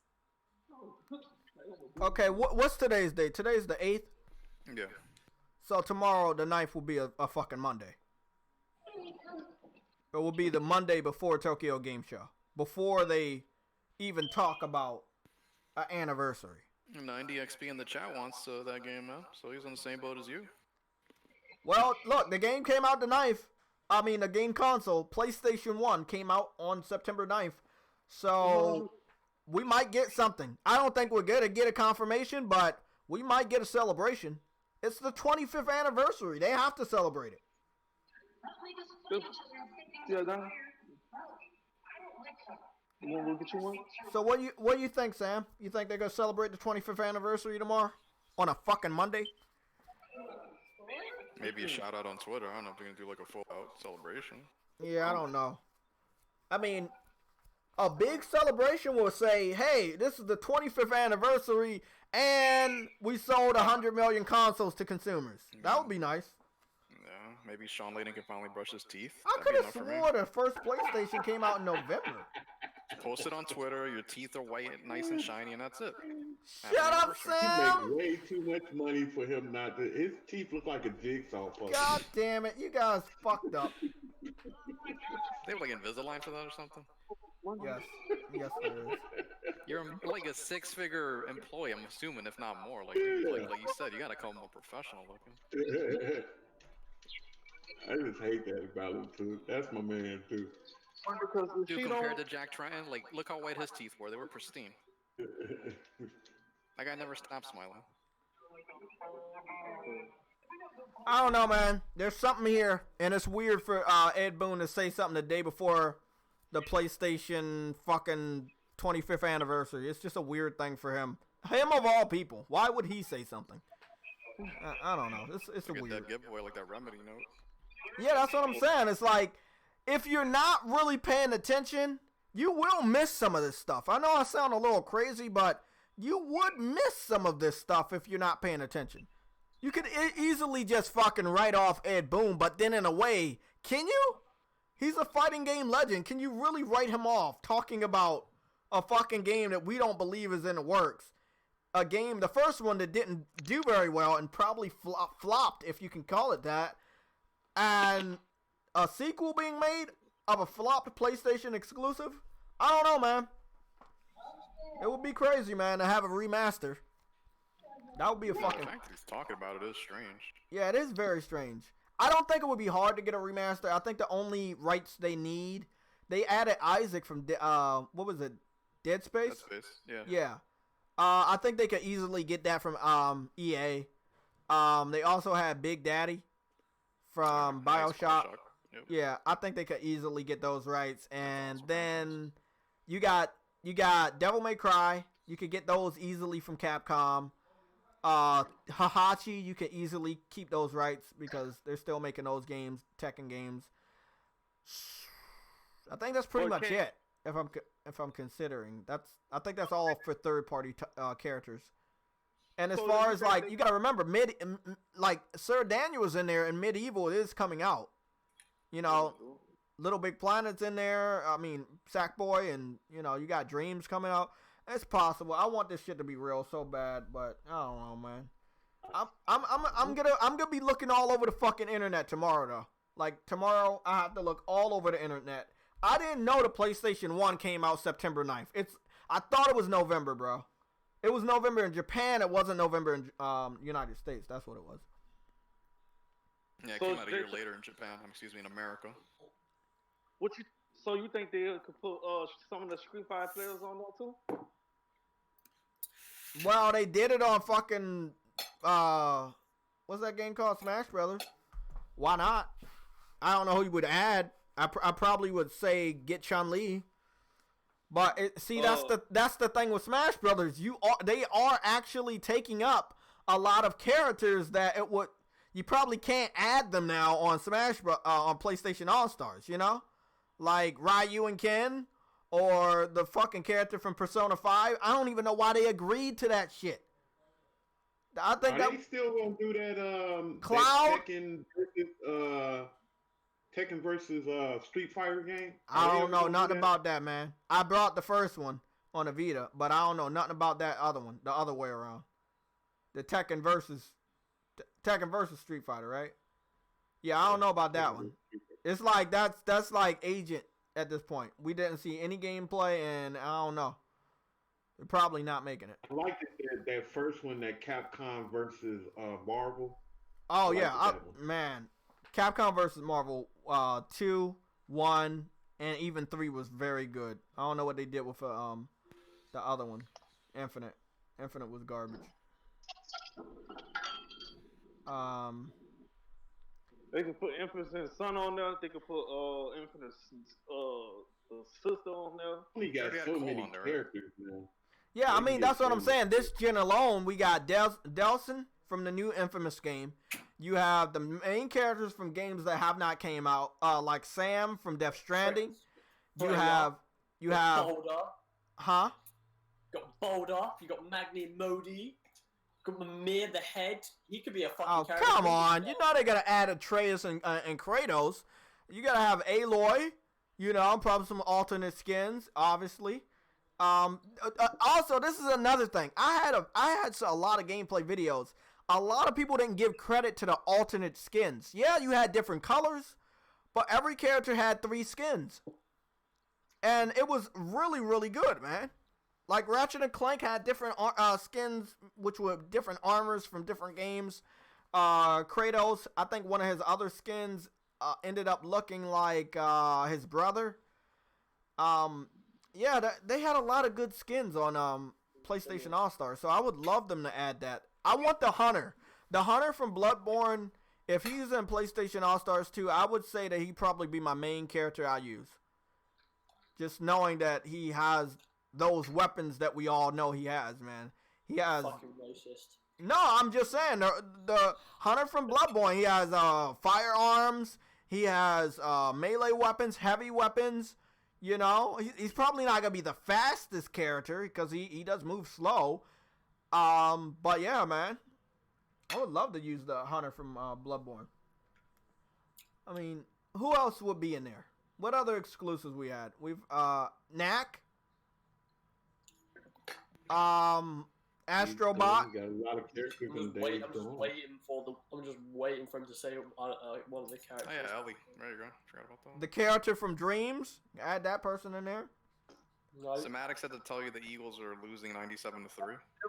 Shut the fuck up, Somatic. Oh, God okay. damn it. The Eagles not You just losing. texted me that. I think they could put some of the characters on like Eagles score. they got a lot of games came out, so they could put some Currently, of the the Eagles characters are on. leading the Redskins 29-20 in the fourth quarter. Shut the fuck up, Somatic. I knew the fucking Eagles was winning.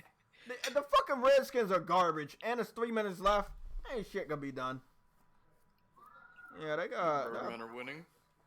No, I don't know why he does that. I'm a Ravens fan. I don't know why he keeps thinking I like the Redskins. I know the Redskins are a letdown team. You believe in them, they're gonna let you down. Like, Redskins suck.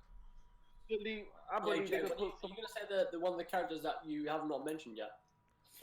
I don't know, man. You would have to fill me in. I do expect, because the game started with PlayStation, and it's weird that Smash Brothers didn't get it. Listen, hear me out. Hear me out, Sam. The Hunter from Monster Hunter. Like, they have not got that fighter on Super Smash Brothers yet. Smash Brothers haven't got certain fighters, and it's weird that they didn't get them yet. Like Crash Bandicoot and Spyro the Dragon, those games are now on Switch. It is easy to get it. Nintendo has the money to get those characters if they really feel that they can get them. I know Adam keeps telling me no, but I don't see a reason why not. They don't have the money. You're telling me Nintendo doesn't have the money to give to Activision to get Crash Bandicoot and Spyro the Dragon. Would you like to know how much money probably Activision want out of that shit? Fucking Eagles just made another score. What the fuck is Somatic talking about? Yeah, tell me. Tell me. I mean, again, like I'm thinking of a character that was at the beginning of the PS4 generation. Think of what exclusive game do we get at the beginning of this generation? Knack, Yeah. character from Killzone. Right. Yeah, you got. Did they ever put Nathan Hale? I mean, you have other IPs. Yeah, no. See, this is what this was funny. They Capelli. added a very good resistance level. The level started out in first person, and you're going through a fucking bridge, and then you look at the level, and Jamal it's, Bates said Ghost of Tsushima, which is a good one, yeah. But Jason, Jamal Bates. Think of an exclusive game that came out at the beginning of the generation, like. you gotta fill me in, bro. My mind's blank. I know I'm gonna be surprised by the answer, but tell me. You talking about this generation? You said Yeah, the beginning this of gen. this generation, right? The PS4. It's an exclusive, right? It's an exclusive. You know what? This will let a light bulb in your fucking head. A game that was underrated. The Wait a order. minute, order? There you go. Who's in the order? Oh, yeah, and have his Halo. transformation in there. Yeah, that makes sense. Have a Lycan in there. Or have him double as a Lycan and use a Lycan. Like, there's a lot of different mechanics you could use in games like this. Like, I remember using Spike a lot, specifically because Spike could call forth different monkeys to disrupt your fucking opponents or throw the bananas on the field and trip your opponents to stop them from using combos. Which I had to use a lot on our stupid-ass fucking Dante, because even though we got the emo douchebag version of Dante, he still played a lot like Dante. He was the only character on the fucking game that could do infinite combos and easily kill you all the time. Him and Raiden from Metal Gear was in there. Raiden. I don't know why I call him Raiden. So let me see. Another character that I like to... Oh, Mr. Zircon. Ratchet and Clank would bring out Mr. Zorkon, and he used to be overpowered. Then they toned him down, and he really didn't do much to you, but he was a pretty cool character.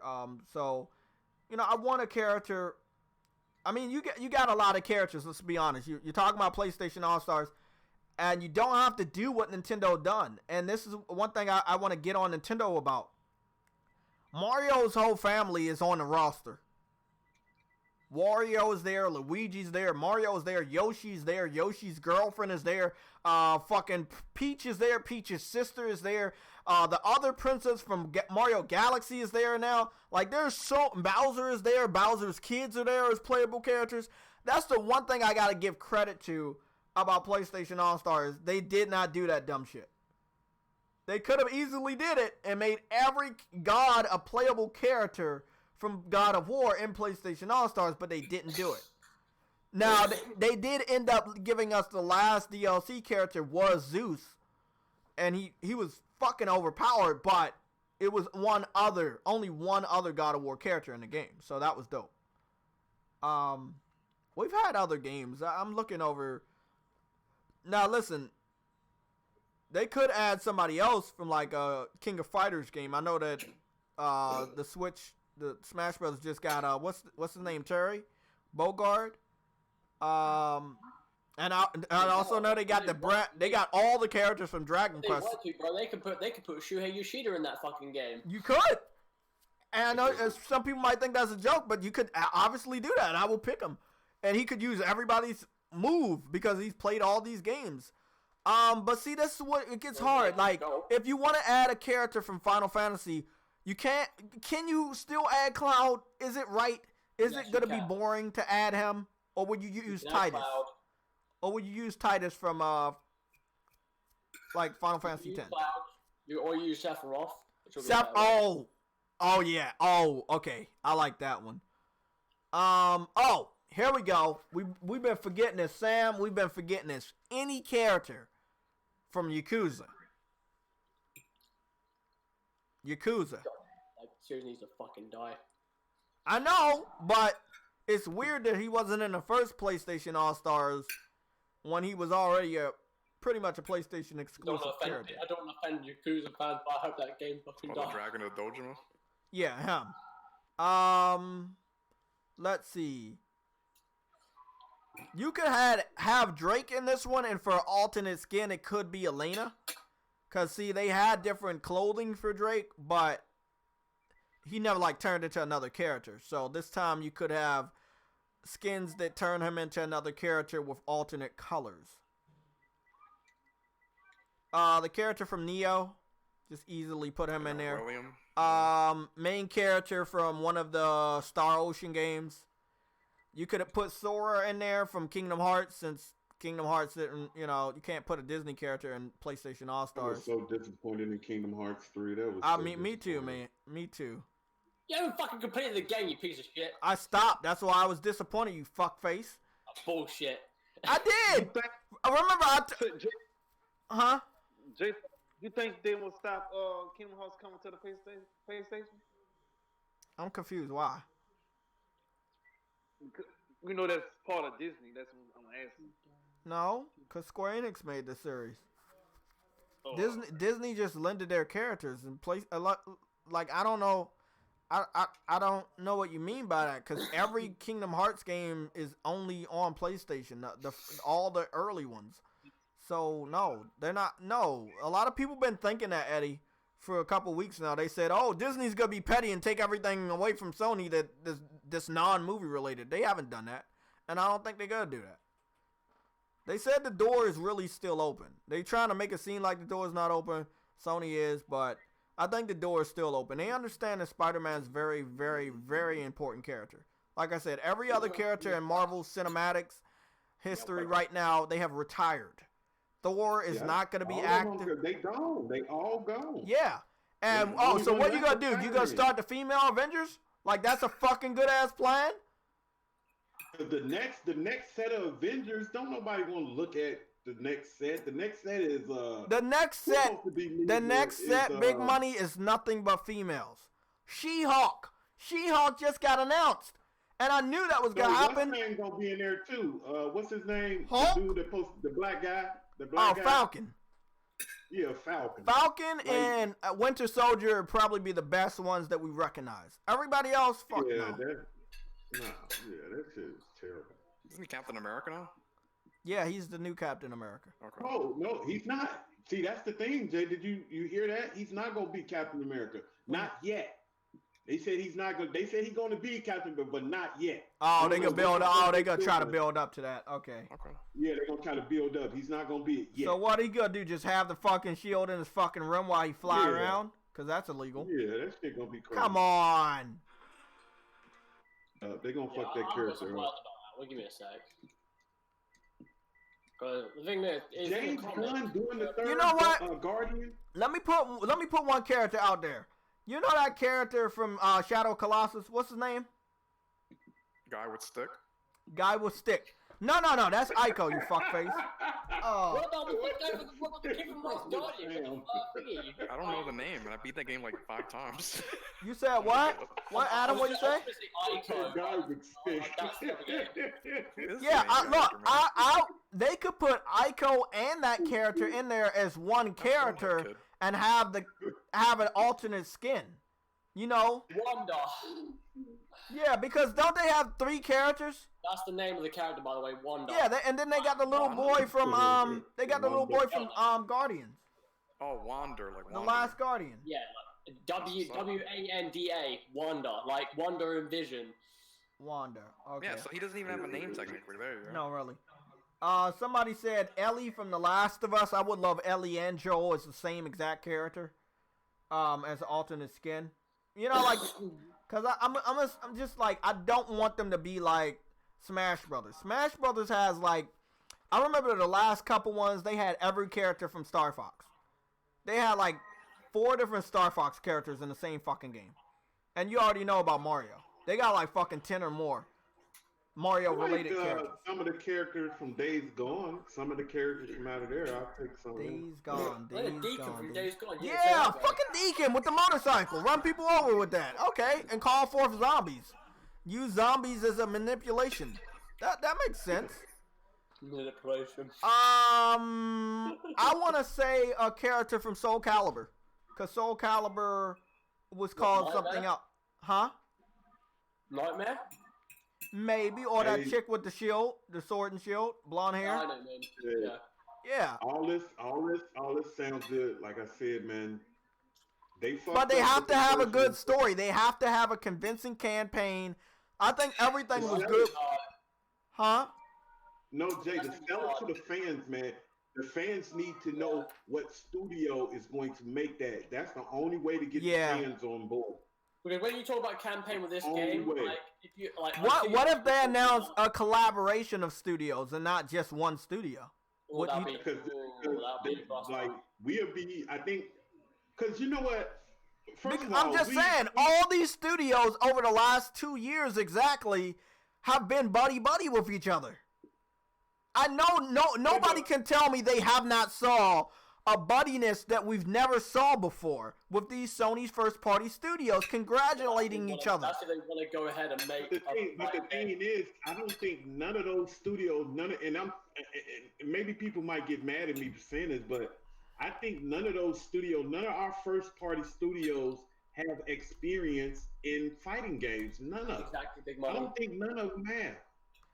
I give you credit, but I don't think they would be there for the fighting aspect. You got to remember, they consulted all the studios back in the day for PlayStation All-Stars to get the likeness, to get the moves that you would want the characters to move the same way, get the voice actors from the original cast. They're going to be there to make sure that those characters move and act the way they're supposed to. So yeah, in a way, it's going to already be a collaboration. But we are talking about who at the end of the day is going to put it all together. And yeah, I think that's very, very important. Yeah, I mean, what if it was fucking Ed Boon? Like, I wouldn't mind that. It's the 25th anniversary of PlayStation tomorrow, and this motherfucker, of all people, He comes out His and name says is some dumbass connected to shit. it. Yeah, if his name was connected to that, man, a lot of fans will. I mean, but let's also put into perspective his stupid ass tweet. You know how many people are now talking about PlayStation All Stars? Let me show you how many fucking likes and retweets that shit got. That shit got 4,000 fucking likes. You talked about the story, right? The story was garbage. Yeah, but the thing is, like, you got to think about it in this sense, right? With Ed Boon and Realm, is that they never really, Mortal Kombat games, right? They didn't have single player aspects, didn't have narrative. Like, literally, they got good at narratives because of fucking Injustice. That's when they started getting good with their fucking single player aspects within their fighting games. And then that converted over to Mortal Kombat. I'm not saying that they started it. Mortal Kombat had like a single player narrative before that, but they weren't good. They were just there. Whereas in Injustice, when that came out, they actually had a good narrative with Superman being bad, or was that the second one? I forgot. But it was a good fucking narrative. And it's gonna be. I mean, like, I'm not saying that Sony can't do it, but it ain't gonna be that fucking easy to do. Let me ask you this: do you think that they could help? What, NetherRealm? Yeah. Well, yeah, they could, because they have experience within that. And if, like you said, if Ed Boon was making this game, let's just say, right, Sony asked him to make the game, they signed a contract, and they gave him a certain amount of money, which was nice enough, like, for the development of it, then he would definitely do a good job, I feel like. If he I believe that we were wrong about a rumor thousands of years ago. Before me and you were born, we were wrong about a specific fucking rumor. That rumor was Spider-Man. Remember, the rumor was flowing around that it wasn't Insomniac, but it was Sucker Punch doing a superhero game. Well, I didn't believe that. I didn't either. But it made sense.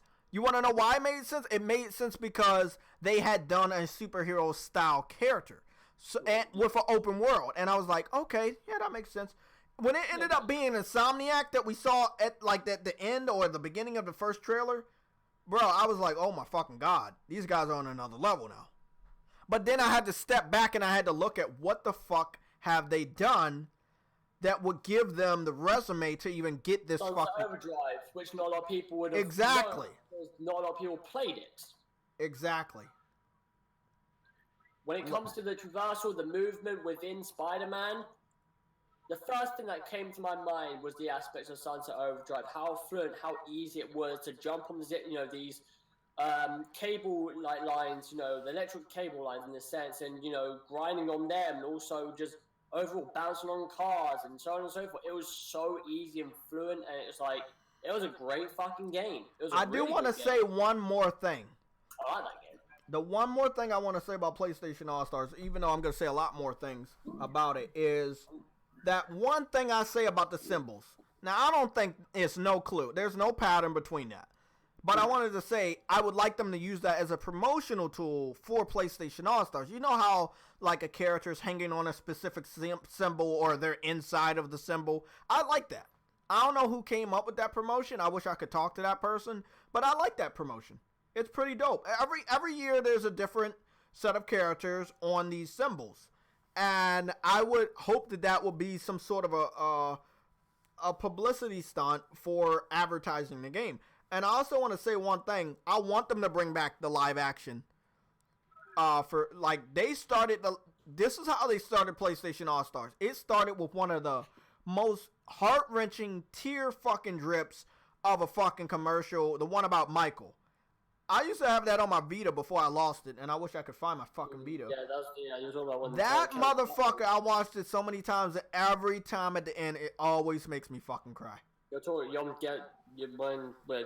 talking about the Kevin Butler fucking, I know, man. Yeah, the Kevin Butler era of the promotion. Black kid from fucking Role Models. Yeah.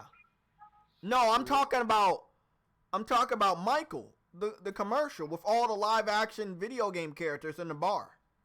You remember that one? Oh, they were like for Michael. Okay. Yeah. Yeah, sorry.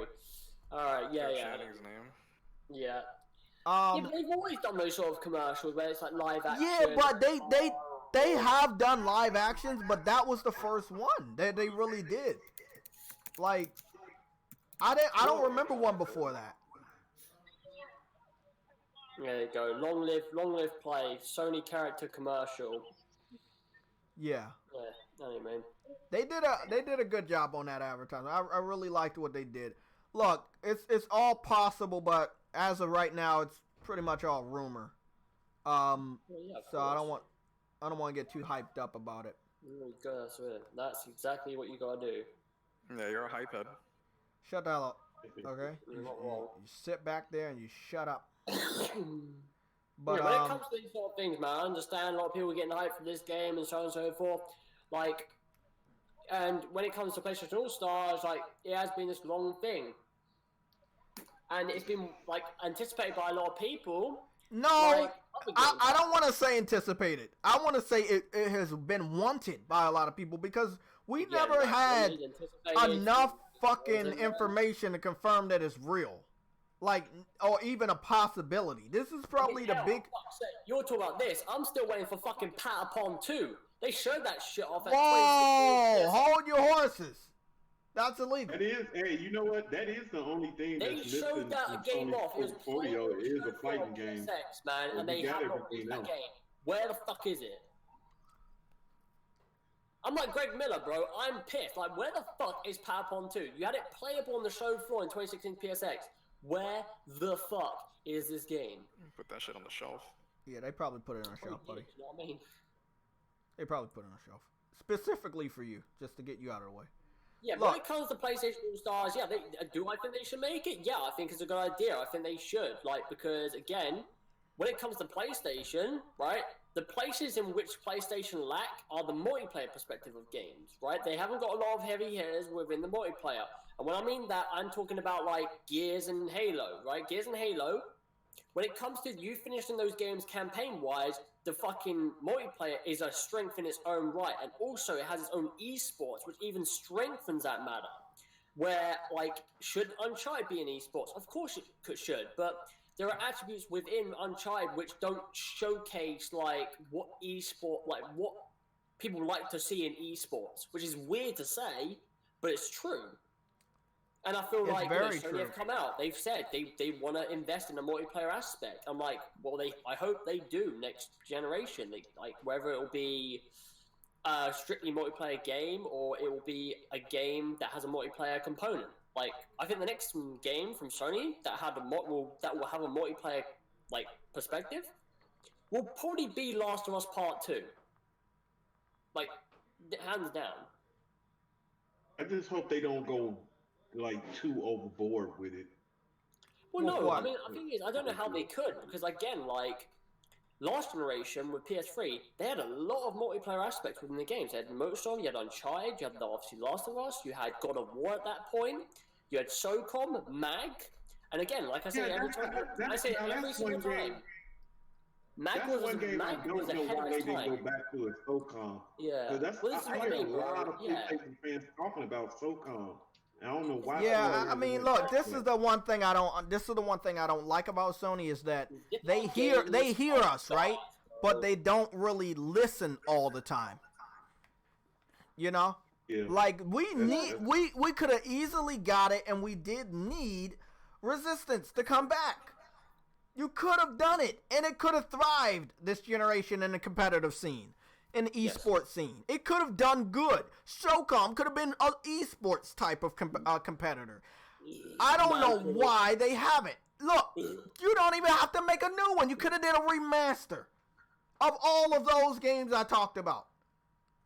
SOCOM 4 could have got remastered and breathed a new lease on life on that game. Same thing with Resistance 1, 2, and 3 multiplayer. 3 was really good. 3 was good, man. I like 3, but I think that most people like 2's multiplayer better. Right? It's not the sense they haven't got the multiplayer value within their games already. They have. They just got to inject a sense of rhythm in which people like for instance, right? The way I see it, if they want a multiplayer value of their game to succeed and this is not completely on this narrative, but if they want like a multiplayer of their game to definitely be like, oh shit, I should check this out, in a sense, right, would be for streamers, right? Like, for instance, when Last of Us Part 2 comes out, right, story's going to be the main thing, of course. But I would like to see some big streamers on Twitch play the multiplayer of that game, generate some buzz for that game, and then after that happens, I can guarantee you right now, a lot of people will be looking at thinking, oh damn, I've got to get on this game, I've got to play the multiplayer of this game. Because that's it, literally, that's how Fortnite fucking begun their reign in Battle Royale. It wasn't because of the factor of the Battle Royale mode that's free to play, no, it's because of massive fucking streamers like Ninja, Myth coming up, Tim the Tatman, Courage, all these motherfuckers, even big YouTubers jumping into the fray. That's what made that fucking Battle Royale aspect big in its own fucking right. And now it's just gotten to the point where everyone's just flooding into it. And it's like an easy fucking thing to do. You know, Ninja got the first fucking whiff of Gears of War 5, right? And here he is saying, I'm not sponsored, this is not a sponsored stream.